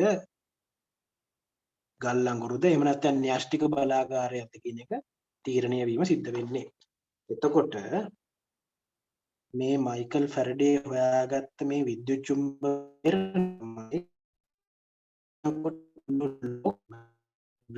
ශක්තිය නිපදවීම සිද්ධ වෙනවා. තව උදාහරණයක් ගත්තොත් සුළං බලාගාර දැකලා ඇතිනේ. ලංකාවේ සුළං බලාගාර නිපදවනවා කියලත් එකපාරක් ක්‍රියාප්‍රය පටන් ගත්තනේ මතකනේ. සුළං බලාගාරය කරන්නේ මොකද? මේ විදිහේ ලොකු ෆෑන් එකක් තියෙනවා. තල 3ක් හෝ 4ක් සම්බන්ධිත ලොකු ෆෑන් එකක්. සුළඟේ ශක්තියෙන් තමයි මේ ෆෑන් එක කරකැවෙන්නේ. ඒ ෆෑන් එකේ අක්ෂය සම්බන්ධ කරලා තිනවා මේ ඩයිනමෝවේ නැත්තම් ජෙනරේටර් එකේ ඊශාවට. එතකොට මේක සුළඟේ තියෙන චාලක ශක්තිය මේක කරකැවෙනවා. ඒ චාලක ශක්තිය අවශෝෂණය කරගෙන දඟරතරයේ භ්‍රමණය වෙනවා. දඟරතරයේ භ්‍රමණය වෙනකොට විද්‍යුත් චුම්බක ප්‍රේරණයෙන් විද්‍යුත් ශක්තිය නිපදවෙනවා. එතකොට සුළඟේ තියෙන චාලක ශක්තිය තමයි අන්තිමට විද්‍යුත් ශක්තිය බවට පරිවර්තනය කරන්නේ. අපි ඒවට කියනවා සුළං බලාගාර. ඔය විදිහට මේ ලෝකයේ ඕනෑම තැනක විදුලිය නිපදවීම සිද්ධ කරන්නේ මෙන්න මේ මූල ධර්මයට අනුව. එතකොට ඕකෙම ඔය සුළු පරිමාණ කුඩා පරිමාණයව තමයි අපි අර බයිසිකල් රෝදයට සම්බන්ධ කරපු ඩයිනමෝවෙන් දකින්නේ. හරිද? ඒක තමයි අපි කියන්නේ ඩයිනමෝවක් කියලා. අර මේ සිද්ධ වෙන ක්‍රියාවලියම කුඩා පරිමාණයක. මේ බයිසිකල් ඩයිනමෝවේ එක කෙලවරක් සම්බන්ධ කරනවා රෝදයට. රෝදෙන් ලැබෙන ඝර්ෂණය නිසා මේ ඩයිනමෝව කරකැවෙනවා. ඩයිනමෝව කරකැවෙනකොට ඒක ඇතුලේ තියෙන දඟරතලය කරකැවෙනවා. ඒක ඇතුලේ තියෙන දඟරතලයේ කරකැවීම හින්දා විද්‍යුත් චුම්බක ප්‍රේරණයෙන් විද්‍යුත් ශක්තිය නිපද වෙනවා. ඒ විද්‍යුත් ශක්තියෙන් බයිසිකල් එකේ තියෙන අර ඉස්සරහා පුෂ් බයික් එකේ තියෙන ඉස්සරහා ලයිට් එක පත්තු කරගන්න පුළුවන්. කොහෙන් ගියත් කුඩා හෝ මහා පරිමාණ හෝ මූල ධර්මය මේකයි. එතකොට ඔයගොල්ලෝ දන්නවා ලංකාවේ නිපදවන විදුලිය ප්‍රත්‍යාවර්ත ධාරාවක් කියන එක නෑම් දැන් තේරුම් ගන්න ඕනේ. ලංකාවේ නිපදවන විදුලියේ වෝල්ටීයතාවය 230යි. එහෙනම් මේ 230 කියලා දෙන්නේ මොකද්ද? මේ 230 කියලා දෙන්නේ උපරිමාගයද අවමාගයද මොකක්ද කියන එක අපි ඊළඟට තේරුම් ගන්න යනවා. හරිද? ඊට පස්සේ මේකත් එක්කම කියනවා තව වචනයක්. තව භෞතික රාශියක්. ඒක මෙන්න මේ විදිහට හඳුන්වනවා. 230යි 50 Hz alternating current එකක් තමයි ලංකාවේ විදුලි බලාගාරවල ජනනය වෙන්නේ කියලා. දැන් මේක මම දැන් ඊළඟට කියනවා මේකෙන් මේ අදහස් වෙන්නේ මොකක්ද? 50 Hz current එකක්. 50 Hz alternating current එක. නැත්නම් අපි ඒකට කියන්නේ 50 Hz AC current එකක්. මේ තියෙන්නේ අර දඟරය භ්‍රමණය වන සංඛ්‍යාතය. තත්පරයට වට 50ක් භ්‍රමණය වෙනවා. ඒ කියන්නේ මෙන්න මේක තත්පරයට මේ වගේ වට 50ක්. මේක එක වටයක්. මේක එක චක්‍රයක් කියලා සැලකුවොත් තත්පරයට චක්‍ර 50ක් භ්‍රමණය වෙනවා. ඒ කියන්නේ මෙයා තත්පරයකට වට 50ක් භ්‍රමණය වෙනවා. තව විදිහකට කිව්වොත් මේ ප්‍රත්‍යාවර්ත ධාරාවේ දිශාව වෙනස් වෙනවා තත්පරයකට 100 පාරක්. තත්පරයකට 100 පාරක් මෙයාගේ දිශාව වෙනස් වෙනවා. එක වටයක් භ්‍රමණය වෙනකොට දෙපාරක් දිශාව වෙනස් වෙනවා. ධන වුණා ඍණ වුණා. එක වටයක් භ්‍රමණය වෙනකොට දිශාව දෙපාරක් වෙනස් වෙනවා. එහෙනම් තත්පරයකට 50 වතාවක් භ්‍රමණය වෙනකොට දිශාව 100 වතාවක් වෙනස් වෙනවා. හරිද? එහෙනම් අපි ඔය මේ ගෙදර පාවිච්චි කරන ඔය ලයිට් බල්බ් වල දීප්තියත් තප්පරයකට 100 වතාවක් එහෙනම් වෙනස් වෙන්න ඕනේ.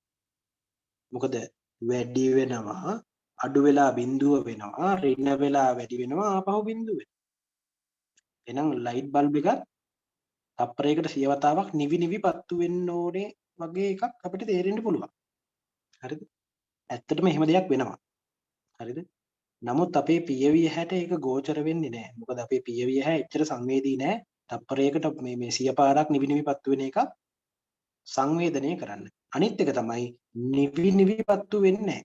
ඒ කියන්නේ සම්පූර්ණයෙන්ම නිවිලා නැවත දීප්තිය වැඩි වෙලා ආපහු සම්පූර්ණයෙන්ම නිවිලා දීප්තිය වැඩි වෙන්නේ නැහැ.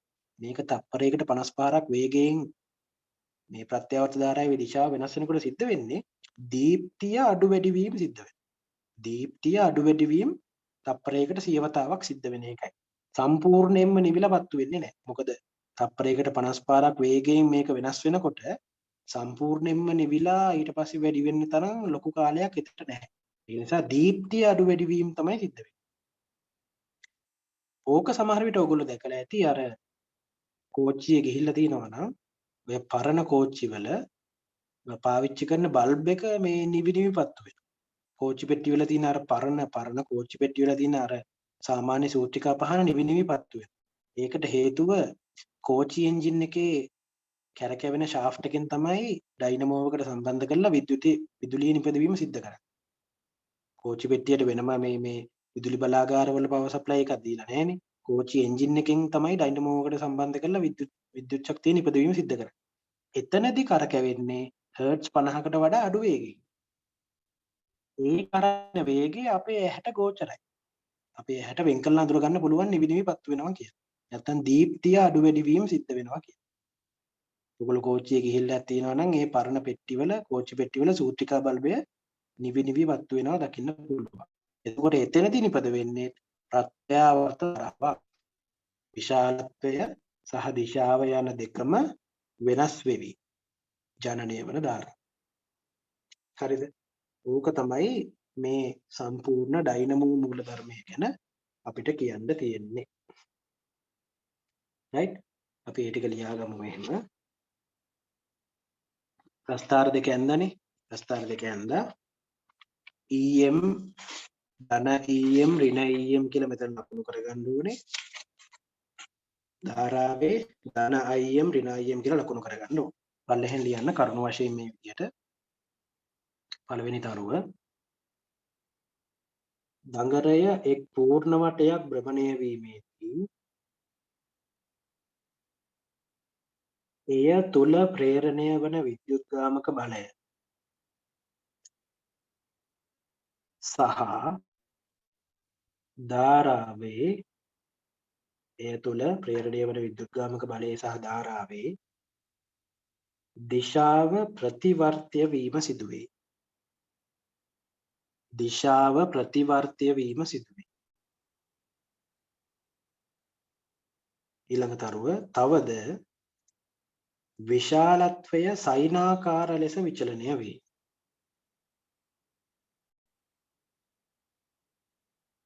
ඊළඟ තරුව මෙලෙස විද්‍යුත්ගාමක බලයේ ද්‍රවීයතාවය වෙනස් වන පරිදි ජනනය වන වෝල්ටීයතාවය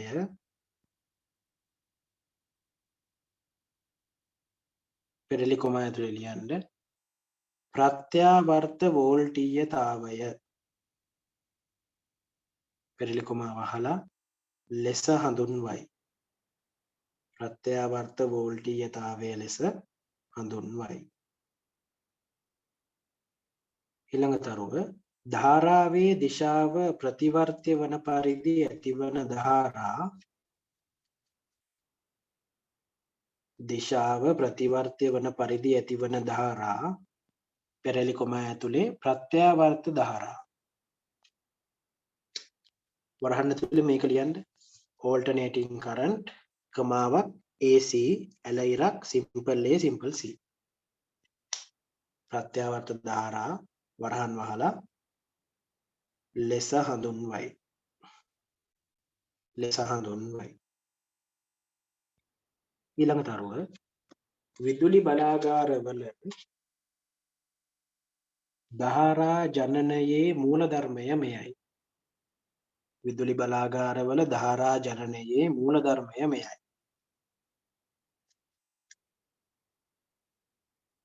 ලංකාවේ නිපදවන ප්‍රත්‍යාවර්ත ධාරාවෙහි සංඛ්‍යාතය ලංකාවේ නිපදවන ප්‍රත්‍යාවර්ත ධාරාවෙහි සංඛ්‍යාතය හර්ට්ස් 50ක් වේ. 50යි හර්ට්ස් වේ. ඊළඟ තරුව එහි අර්ථය ධාරාවේ දිශාව තත්පරයට චක්‍ර 50 බැගින් වෙනස් වන බවයි. ඒකටම ලියන්න එනම් දිශාව තත්පරයට සිය වතාවක් වෙනස් වේ.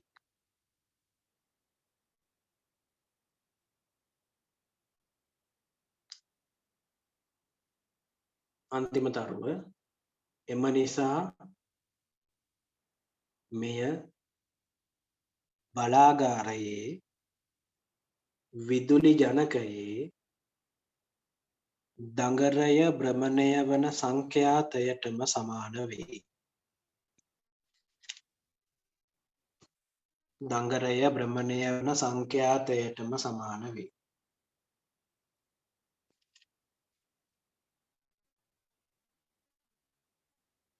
හරි. එතකොට ඔය ටික අපි ඉගෙන ගන්නවා මේ සාමාන්‍ය පෙළ මට්ටමේදී. මම ඒකට කිව්වා මේ රෝම ඉලක්කම් 3 අවස්ථාවට අදාළ දෙක පටන් ගන්නකොට මේක අපි සාමාන්‍ය පෙළ ඉගෙන ගන්නවා. නමුත් ඊට වඩා තව චුට්ටක් එහාට ගිහලා තව වැඩිදුර කරුණු කීපයක් ඉගෙන ගන්නවා කියලා. එතකොට ඒක තමයි මේ දැන් ඊළඟට කියන්නේ යන්නේ. හරිද? එතකොට අපිට තව ප්‍රශ්නයක් තියෙනවා මෙන්න මෙතන. 230 කියන්නේ මොකක්ද? උපරිභාගයද මොකක්ද කියන එක. හරි? right. ඊළඟට මාතෘකාව දාගන්න මේ ප්‍රත්‍යාවර්ත ධාරාව සම්බන්ධයෙන් නැත්නම් ප්‍රත්‍යාවර්ත වෝල්ටීයතාවය සම්බන්ධයෙන් හඳුන්වන භෞතික රාශීන් දෙකක් තියෙනවා. හරි? ඒක තමයි අනුමාතෘකාව විදිහට අපි මේ ඊළඟට ලියන්නේ. මාතෘකාව ලියන්න ප්‍රත්‍යාවර්ත ධාරාවේ උච්ච අගය ප්‍රත්‍යාවර්ත ධාරාවේ උච්ච අගය සහ වර්ග මධ්‍යන්නේ මූලාගය වර්ග මධ්‍යන්‍ය මූල අගය ප්‍රත්‍යාවර්ත ධාරාවේ උච්ච අගය සහ වර්ග මධ්‍යන්නේ මූලාගය. හරි. එතකොට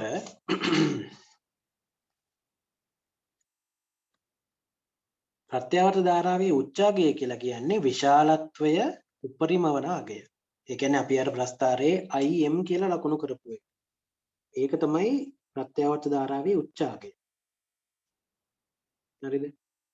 වෝල්ටීයතාවය සම්බන්ධයෙන් කිව්වොත් ප්‍රත්‍යාවර්ත වෝල්ටීයතාවයේ උච්ච අගය තමයි අපි EM කියලා ලකුණු කරන්නේ.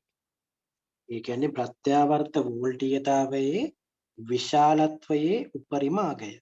උච්ච අගය. වචනේම තියෙනවා තේරුම. උච්ච අගය. EM. විශාලත්වයේ උපරිම අගය. හරිද?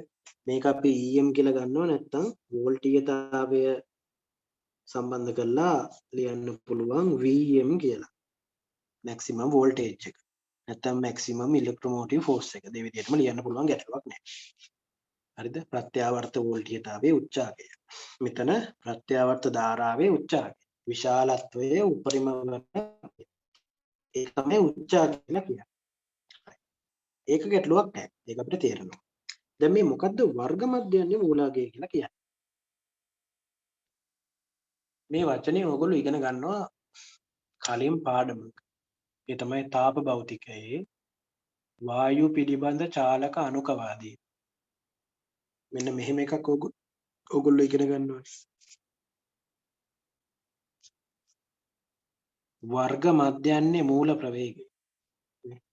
වර්ග මධ්‍යන්නේ මූල කියන එක මුලින්ම අපි ඉගෙන ගන්න එතනදී. දැන් ඒ වගේම කතාවක් තමයි මේ ප්‍රත්‍යාවර්ත ධාරාවට සම්බන්ධ කරලා තියෙන්නේ. එතකොට මේකත් එක්ක පටලව ගන්න එපා ඒක. හරි? right. ඒක හඳුන්වන්නේ මෙහෙම. මම ගන්නම්කෝ නැවතත් අර ප්‍රත්‍යාවර්ත ධාරාවේ විචලනයේ කාලයත් එක්ක.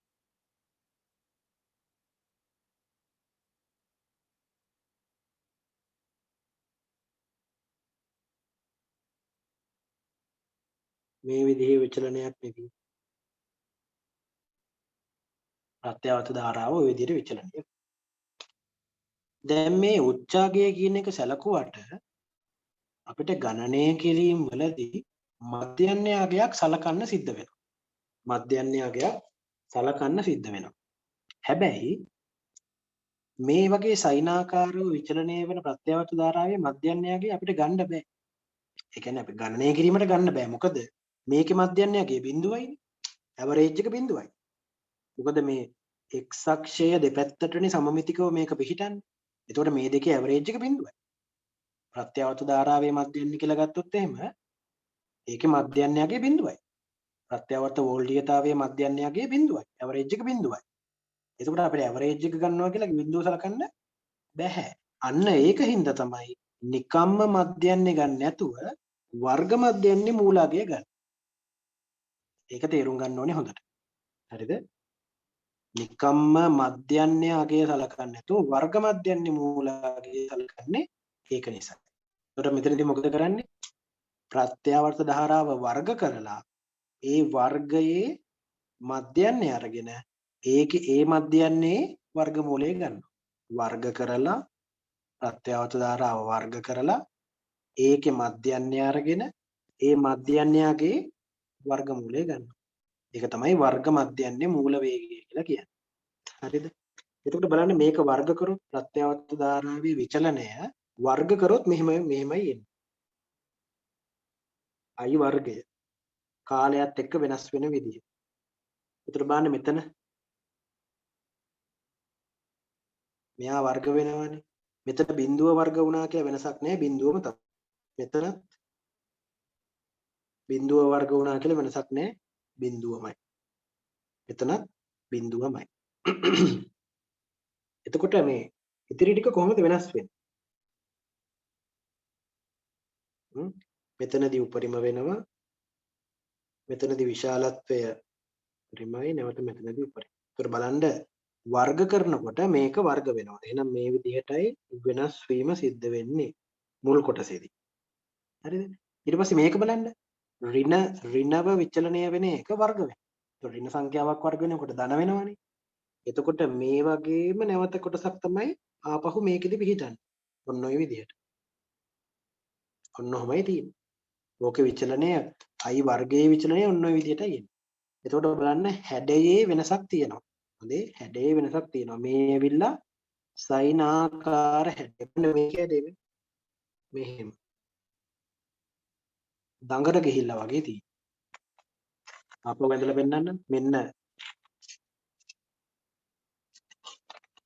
මෙන්න සයිනාකාරයේ හැඩය. සයිනාකාර විචලනය. ඒකෙම වර්ගය ගත්තොත් මෙන්න විචලනය. ඔන්න ඔය විදිහටයි තියෙන්නේ. බලන්න හැඩයේ වෙනස්කමක් තියෙනවා. හරිද? ඒක හොඳට තේරුම් ගන්න ඕනේ. හැඩය වෙනස්. එහෙමයි වෙනස් වෙන්නේ. right? ඒ විදිහේ වෙනස්කමක් තමයි මෙතන තියෙන්නේ. එහෙනම් i වර්ගය අරගෙන මොකද කරන්නේ ඊට පස්සේ? ඒකේ මධ්‍යන්නේ ගන්නවා. ඒතර බලන්න මෙතන විශාලත්වය එකමනේ. උපරිම විශාලත්වය එකමයි. අවම විශාලත්වය බිඳුවයි. ඒ දෙකේ මධ්‍යන්නේ ගත්තොත් මේ දෙන්නගෙම හරි මැදින් එන්නේ. මේ විශාලත්ව දෙකේ හරි මැදාගිය තමයි ප්‍රත්‍යාවර්ත ධාරාවේ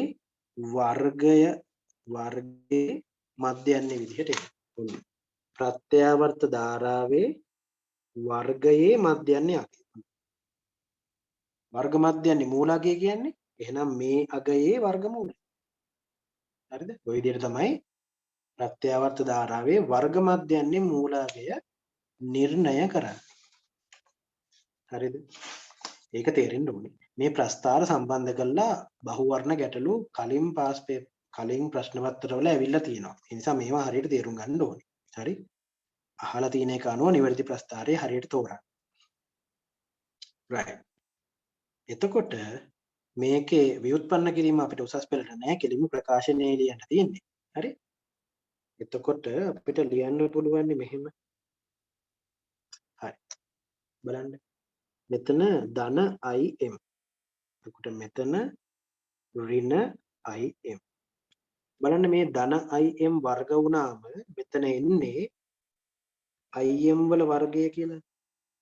මෙතනත් ඍණ im වර්ග වුණාම එන්නේ im වල වර්ගය. මෙතනත් ධන im වර්ග වුණාම මෙතන එන්නේ im වල වර්ගය. ඒ කියන්නේ මෙන්න මේ උපරිමාගය ප්‍රත්‍යාවර්ත ධාරාවේ වර්ගයේ උපරිමාගය එන්නේ i වර්ග m කියලා. එතකොට බලන්න උපරිමාගයේ i වර්ග m අවමාගය බිඳුවයි. එහෙනම් මේ දෙක අතර මධ්‍යන්නේ අරගෙන බලන්න. මේ දෙකේ මධ්‍යන්නේ i වර්ග m වලයි බිඳුවේ මධ්‍යන්නේ. මධ්‍යන්නේ ගත්තොත් බලන්න එන විදිහ. i වර්ග m ධන බිඳුව බෙදීම 2යි. එතකොට මෙතන එන්නේ i වර්ග m බෙදීම 2යි. ඒ මොකද්ද? ප්‍රත්‍යාවර්ත ධාරාවේ වර්ගයේ මධ්‍යන්නේ. ඊට පස්සේ මොකද කරන්නේ? වර්ගයේ මධ්‍යන්නේ අරගෙන ඒකේ වර්ගමූලය ගන්නවා. එතකොට ඒක තමයි වර්ග මධ්‍යන්නේ මූලාගය කියලා කියන්නේ. ඒතර වර්ගමූලය ගත්තොත් i වර්ග m වල වර්ගමූලය imයි බෙදීම 2 වර්ගමූලය මූල 2යි.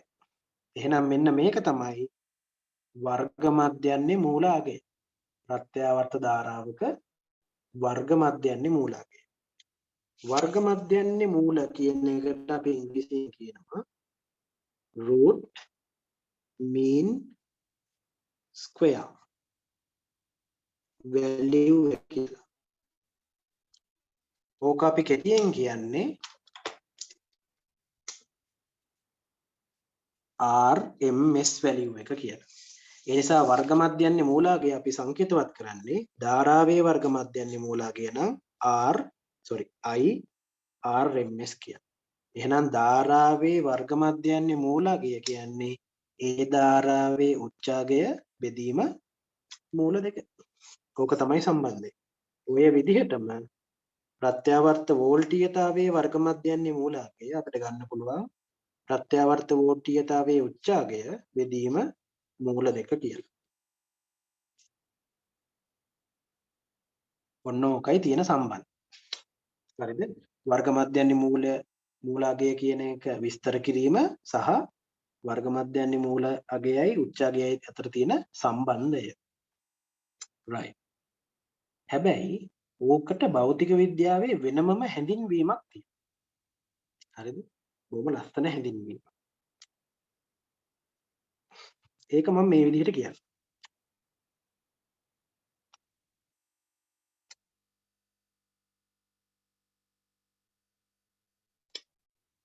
එතකොට ආපහු මතක් කරගන්න.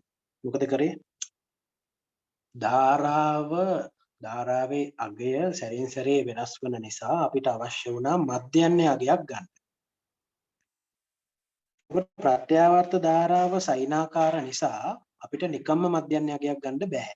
මොකද මධ්‍යන්‍ය අගය ගත්තාම 0යි කියලා එන්නේ. ප්‍රත්‍යාවර්ත ධාරාවේ මධ්‍යන්‍ය අගය 0යි කියලා එන්නේ. ඒකට ගණනය කිරීම සඳහා ඒක යොදා ගන්න බෑ. ඒ නිසා අපි මොකද කරේ?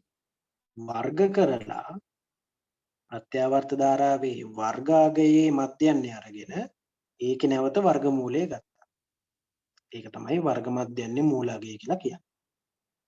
එතකොට බලන්න මේ වර්ග මධ්‍යන්‍ය මූලාගය කියලා කියන්නේ ප්‍රත්‍යාවර්ත ධාරාවක් වෙනුවට යොදන්න පුළුවන් තනි අගයක්.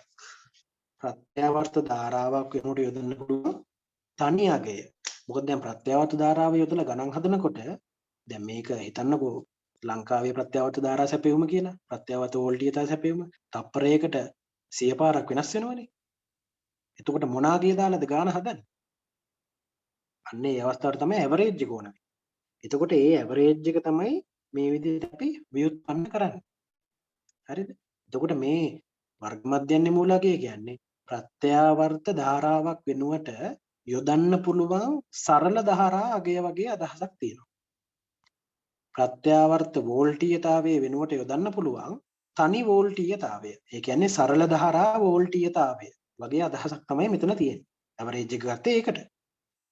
හරිද? අන්න ඒ අනුව එහෙම හිතලා මේ වර්ග මධ්‍යන්‍ය ධාරාවේ වර්ග මධ්‍යන්‍ය මූලාගයට වෝල්ටීයතාවයේ වර්ග මධ්‍යන්‍ය මූලාගයට භෞතික විද්‍යාවේ හැඳින්වීමක් ඉදිරිපත් කරලා තියෙනවා. ඒ හැඳින්වීම තමයි ප්‍රත්‍යාවර්ත ධාරාවක් යටතේ. ප්‍රත්‍යාවර්ත ධාරාවක් යටතේ ප්‍රතිරෝධයක අපි මෙතන සලකන්නේ අකර්මණ්‍ය ප්‍රතිරෝධයක්. වඩා හොඳයි එහෙම ලියනවා. අකර්මණ්‍ය ප්‍රතිරෝධය. තනිකම ප්‍රතිරෝධය කියලා ලියුවක් නැහැ. අකර්මණ්‍ය ප්‍රතිරෝධයක සිදුවන ක්ෂමතා උත්සර්ජනය. ක්ෂමතා උත්සර්ජනය. ඒ සමතා උත්සර්ජනයම ඇති කළ හැකි සරල ධාරාවේ අගය. මේ ක්ෂමතා උත්සර්ජනයම මධ්‍යන්‍ය වශයෙන් නැති කරන්න පුළුවන්. ප්‍රත්‍යාවර්ත ධාරාවෙන් යම්කිසි ප්‍රතිරෝධයක ඇති කරන ක්ෂමතා උත්සර්ජනය වොට් වලින් ගත්තොත් තත්පරයට ජූල් වලින් ගත්තොත් ඒ ඇති කරන ක්ෂමතා උත්සර්ජනයම ඇති කරන්න පුළුවන් සරල ධාරාවේ අගය. ඒ කියන්නේ ප්‍රත්‍යාවර්ත ධාරාව වෙනුවට යොදන්න පුළුවන් සරල ධාරා අගය. ප්‍රත්‍යාවර්ත ධාරාවේ මධ්‍යන්‍ය වර්ග මධ්‍යන්‍ය මූල අගය. ඒ ක්ෂමතා උත්සර්ජනයම ඇති කළ හැකි සරල ධාරාවේ අගය එම ප්‍රත්‍යාවර්ත ධාරාවේ වර්ග මධ්‍යන්‍ය මූල ධාරාව ලෙස හඳුන්වනවා. ඕක තමයි හැඳින්වෙන්නේ. ප්‍රත්‍යාවර්ත ධාරාවක් යටතේ ප්‍රතිරෝධයක සිදුවන ක්ෂමතා උත්සර්ජනය ඇති කරන්න පුළුවන් සරල ධාරාවේ අගය. ඒක තමයි ප්‍රත්‍යාවර්ත ධාරාවේ වර්ග මධ්‍යන්නේ මූලාගය කියලා හඳුන්වන්නේ. එතකොට මේක තමයි මේ වර්ග මධ්‍ය ධාරාවේ වර්ග මධ්‍යන්නේ මූලාගයට භෞතික විද්‍යාවේ තියෙන හැඳින්වීම. ওই විදිහටම අපිට කියන්න පුළුවන් ප්‍රත්‍යාවර්ත වෝල්ටීයතාවයේ වර්ග මධ්‍යන්නේ මූලාගයට හැඳින්වීමක්. අපිට ඒක ලියන්න පුළුවන් මෙහෙම. ප්‍රත්‍යාවර්ත වෝල්ටීයතාවයක් යටතේ ප්‍රතිරෝධයක සිදුවන ක්ෂමතා උත්සර්ජනයම ඇති කළ හැකි සරල ධාරා වෝල්ටීයතාවයේ අගය. එම ප්‍රත්‍යාවර්ත වෝල්ටීයතාවයේ වර්ග මධ්‍යන්නේ මූල වෝල්ටීයතාවය ලෙස හඳුන්වනු ලැබේ. හරිද? මේකේ මේ સિદ્ધාන්තය තේරුම් ගත්තොත් ඔය අර්ථ දැක්වීම එකක්වත් කටපාඩම් කරන්න අවශ්‍ය නැහැ. හරිද? මුල ඉඳන් කතාව හරියට තේරුම් ගත්තොත් ඔය අර්ථ දැක්වීම හිතලා වුණත් ලියන්න පුළුවන්. right. එතකොට ඕක තමයි උච්චාගය සහ වර්ග මධ්‍යන්නේ මූලාගය අතර සම්බන්ධය. එතකොට මම ඔයගලන්ට දෙනවා වෙනම හොයන්න ඕනේ. දැන් අපිට අර ප්‍රශ්නේ ලංකාවේ ගෘහස්ත ප්‍රත්‍යාවර්ත ධාරා සැපයීමේ වෝල්ටීයතාවය 230යි කියලා අපි ගන්නවා. ඔයගොල්ලෝ හොයන්න ඕනේ. ඒ 230 කියලා කියන්නේ Vmද ප්‍රත්‍යාවර්ත ධාරාවේ උච්චාගයද නැත්නම් Vrms ද ප්‍රත්‍යාවර්ත ධාරාවේ වර්ග මධ්‍යන්නේ මූලාගය. ඒක හොයන්න ඕනේ. හොයලා මට කියන්න. මම ඒක දෙන්නම් ගෙදර වැඩක් විදියට. නිකම්ම කියනකට වඩා එහෙම දුන්නාම හොඳයි. ඒකට තමයි ඔයගොල්ලෝ හොයන්නේ. හරි? right. මේ විදිහට දෙන්න. එතකොට ඕක තමයි ওই දෙකේ කතන්දර. ඊට පස්සේ දැන් අපිට ක්ෂමතා උත්සර්ජනය ඇති කරන්න පුළුවන් තනි ධාරාව තනි වෝල්ටීයතාවය හොයාගත්තනේ. එහෙනම් එතනින්ම අපිට පුළුවන් ප්‍රත්‍යාවර්ත ධාරාවක් යටතේ ප්‍රතිරෝධයක් ක්‍රියාත්මක වෙනකොට ක්ෂමතා උත්සර්ජනය හොයන්න. සාමාන්‍ය සරල ධාරාවේ ක්ෂමතා උත්සර්ජනය P = VI නේ. එහෙනම් ප්‍රත්‍යාවර්ත ධාරාවක ක්ෂමතා උත්සර්ජනය Vrms වැඩි කිරීම Irms වර්ග මධ්‍යන්නේ මූලාගය ආදේශ කිරීම විතරයි වෙන්නේ. ඕක අර අපි අර ධාරා විද්‍යුතයේ ක්ෂමතා උත්සර්ජනයට සම්බන්ධ කරපු ව්‍යුත්පන්න කරපු ප්‍රකාශන විදිහටම ව්‍යුත්පන්න කරන්න පුළුවන්. Vrms වල වර්ගය බෙදීම R නැත්නම් Irms වල වර්ගය වැඩි කිරීම R. මේක අපි අවස්ථා දෙකක් ගත්තේ. V වර්ගය බෙදීම R I වර්ගයේ වරක් R. ඒතර ප්‍රත්‍යවර්ත ධාරාවේ එකම වෙනස මොකද්ද? ආදේශ කරන්නේ වර්ග මධ්‍යන්නේ මූලාකය. එහෙනම් මේකේ ක්ෂමතා උත්සර්ජනයටත් අපිට ඕනෑම ගණනය කිරීමක් සිදු කරන්න පුළුවන්. ප්‍රත්‍යවර්ත ධාරා සහ වෝල්ටීයතා සම්බන්ධ. හරිද? ඕක තමයි කතාව. එතකොට ඔය සාමාන්‍ය පෙළට අමතරව ඉගෙන ගන්නේ ඔන්න ඔච්චරයි. හරිද? ඕකයි අර උපරිම විද්‍යුත් බලයට අදාළ සමීකරණය. NBA ඔමෙගා කියන සමීකරණයයි මේ වර්ග මධ්‍යන්නේ මූල කතන්දරයයි විතරයි සාමාන්‍ය පෙළට අමතරව ඉගෙන ගන්න අලුත් දෙයකට තියෙන්නේ. හරිද? right. ඕක තමයි කතාව. එතකොට අපි යටතේ මෙහෙම ලියාගමු. මාතෘකාව දැම්මනේ. අනුම මාතෘකාව යටතේ මෙහෙම ලියන්න. තරු ලකුණු දාලා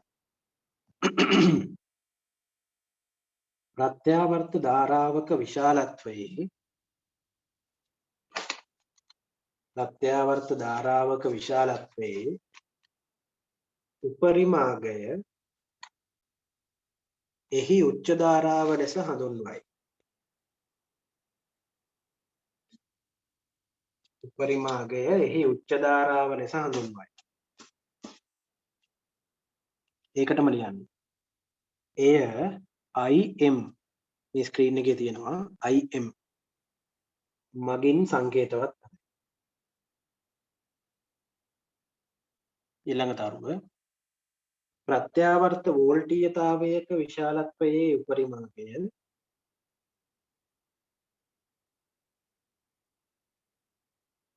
එහි උච්ච වෝල්ටීයතාවය ලෙස හඳුන්වයි.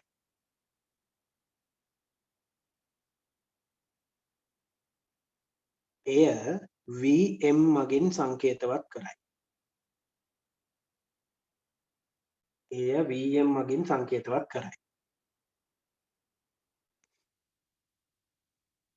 ඊට පස්සේ ධාරාවේ වර්ග මධ්‍යන්නේ මූලාගයයි වෝල්ටීයතාවයේ වර්ග මධ්‍යන්නේ මූලාගයටයි හැඳින්වීම ලියන්න යන්නේ. හරිද? එතකොට මේ හැඳින්වීම් දෙක අපි මේ විදිහට ලියා ගමු. පළවෙනි හැඳින්වීම පෙරලිකොම ඇතුලේ ලියන්න පොතේ මැදට වෙන්න. ප්‍රත්‍යාවර්ත ධාරාවක් මගින් ප්‍රතිරෝධකයක ඇති කරන ක්ෂමතා උත්සර්ජනයම ඇති කළ හැකි සරල ධාරාවේ අගය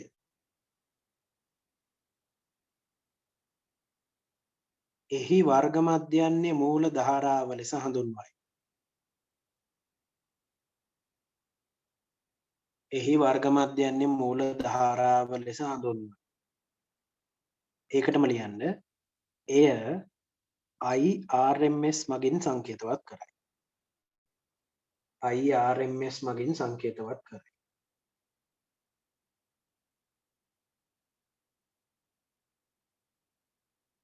ඊළඟ අර්ථ දැක්වීම පෙරලිකොම ඇතුලේ ලියන්න රූලක් කරලා එලෙසම ප්‍රත්‍යාවර්ත වෝල්ටීයතාවයක් මගින් ප්‍රතිරෝධකයක ඇති කරන ක්ෂමතා උත්සර්ජනයම ඇති කළ හැකි සරල ධාරා වෝල්ටීයතාවයේ අගය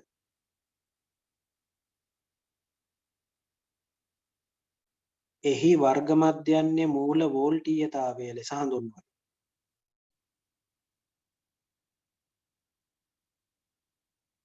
එය ඒකටම ලියන්න. එය VRMS මගින් සංකේතවත් කරයි. එය VRMS මගින් සංකේතවත් කරයි.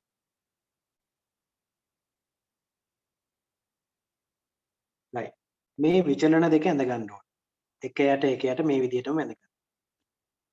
කාලයත් සමග ධාරාව, කාලයත් සමග ධාරාවේ වර්ගය. වීඩියෝ එක පෝස් කරලා ඇඳ ගන්න.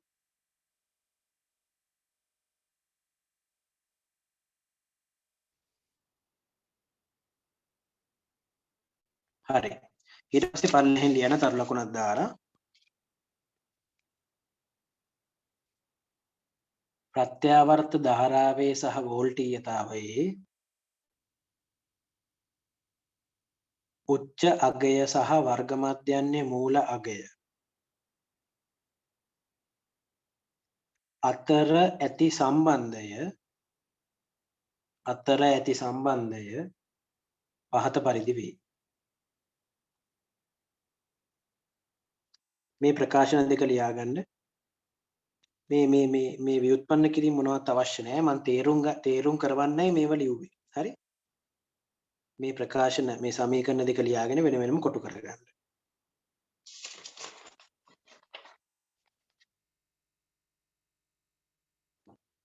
හරි. ඊට පල්ලෙහෙන් රතු පෑනෙන් ලියන්න ඕනේ පළවෙනි තරුව වර්ග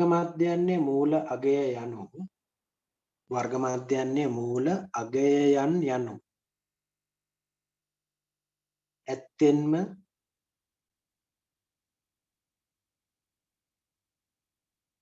ප්‍රත්‍යාවර්ත ධාරාව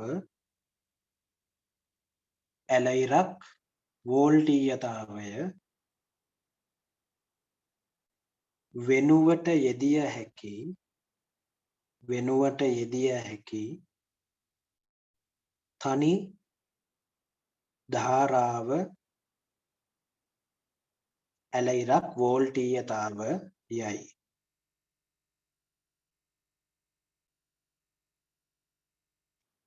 ඊළඟ තරුව රතු පෑනෙන්ම ප්‍රත්‍යාවර්ත ධාරා මගින් ජනනය කෙරෙන ශක්ති උත්සර්ජනය කමාවක් ක්ෂමතා උත්සර්ජනය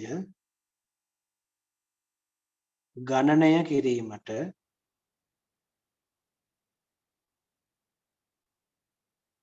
එහි වර්ග මධ්‍යයන්‍ය මූල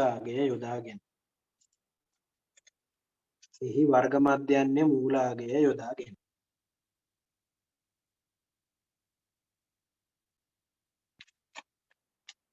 මේ සමීකරණ තුන ලියන්න එක පේලියට ලියන්න ඕනේ. P සමානයි VRMS වරක් IRMS සමානයි I වර්ග RMS වරක් R සමානයි VRMS වර්ගය බෙදීම R. ලියලා කොටු කරගන්න.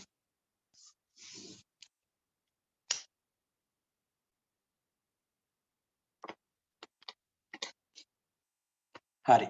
ඊළඟ කොටස මම ඊළඟ වීඩියෝ එකේදී පැහැදිලි කරන්න. මේ වීඩියෝ එක මෙතනින් ඉවරයි.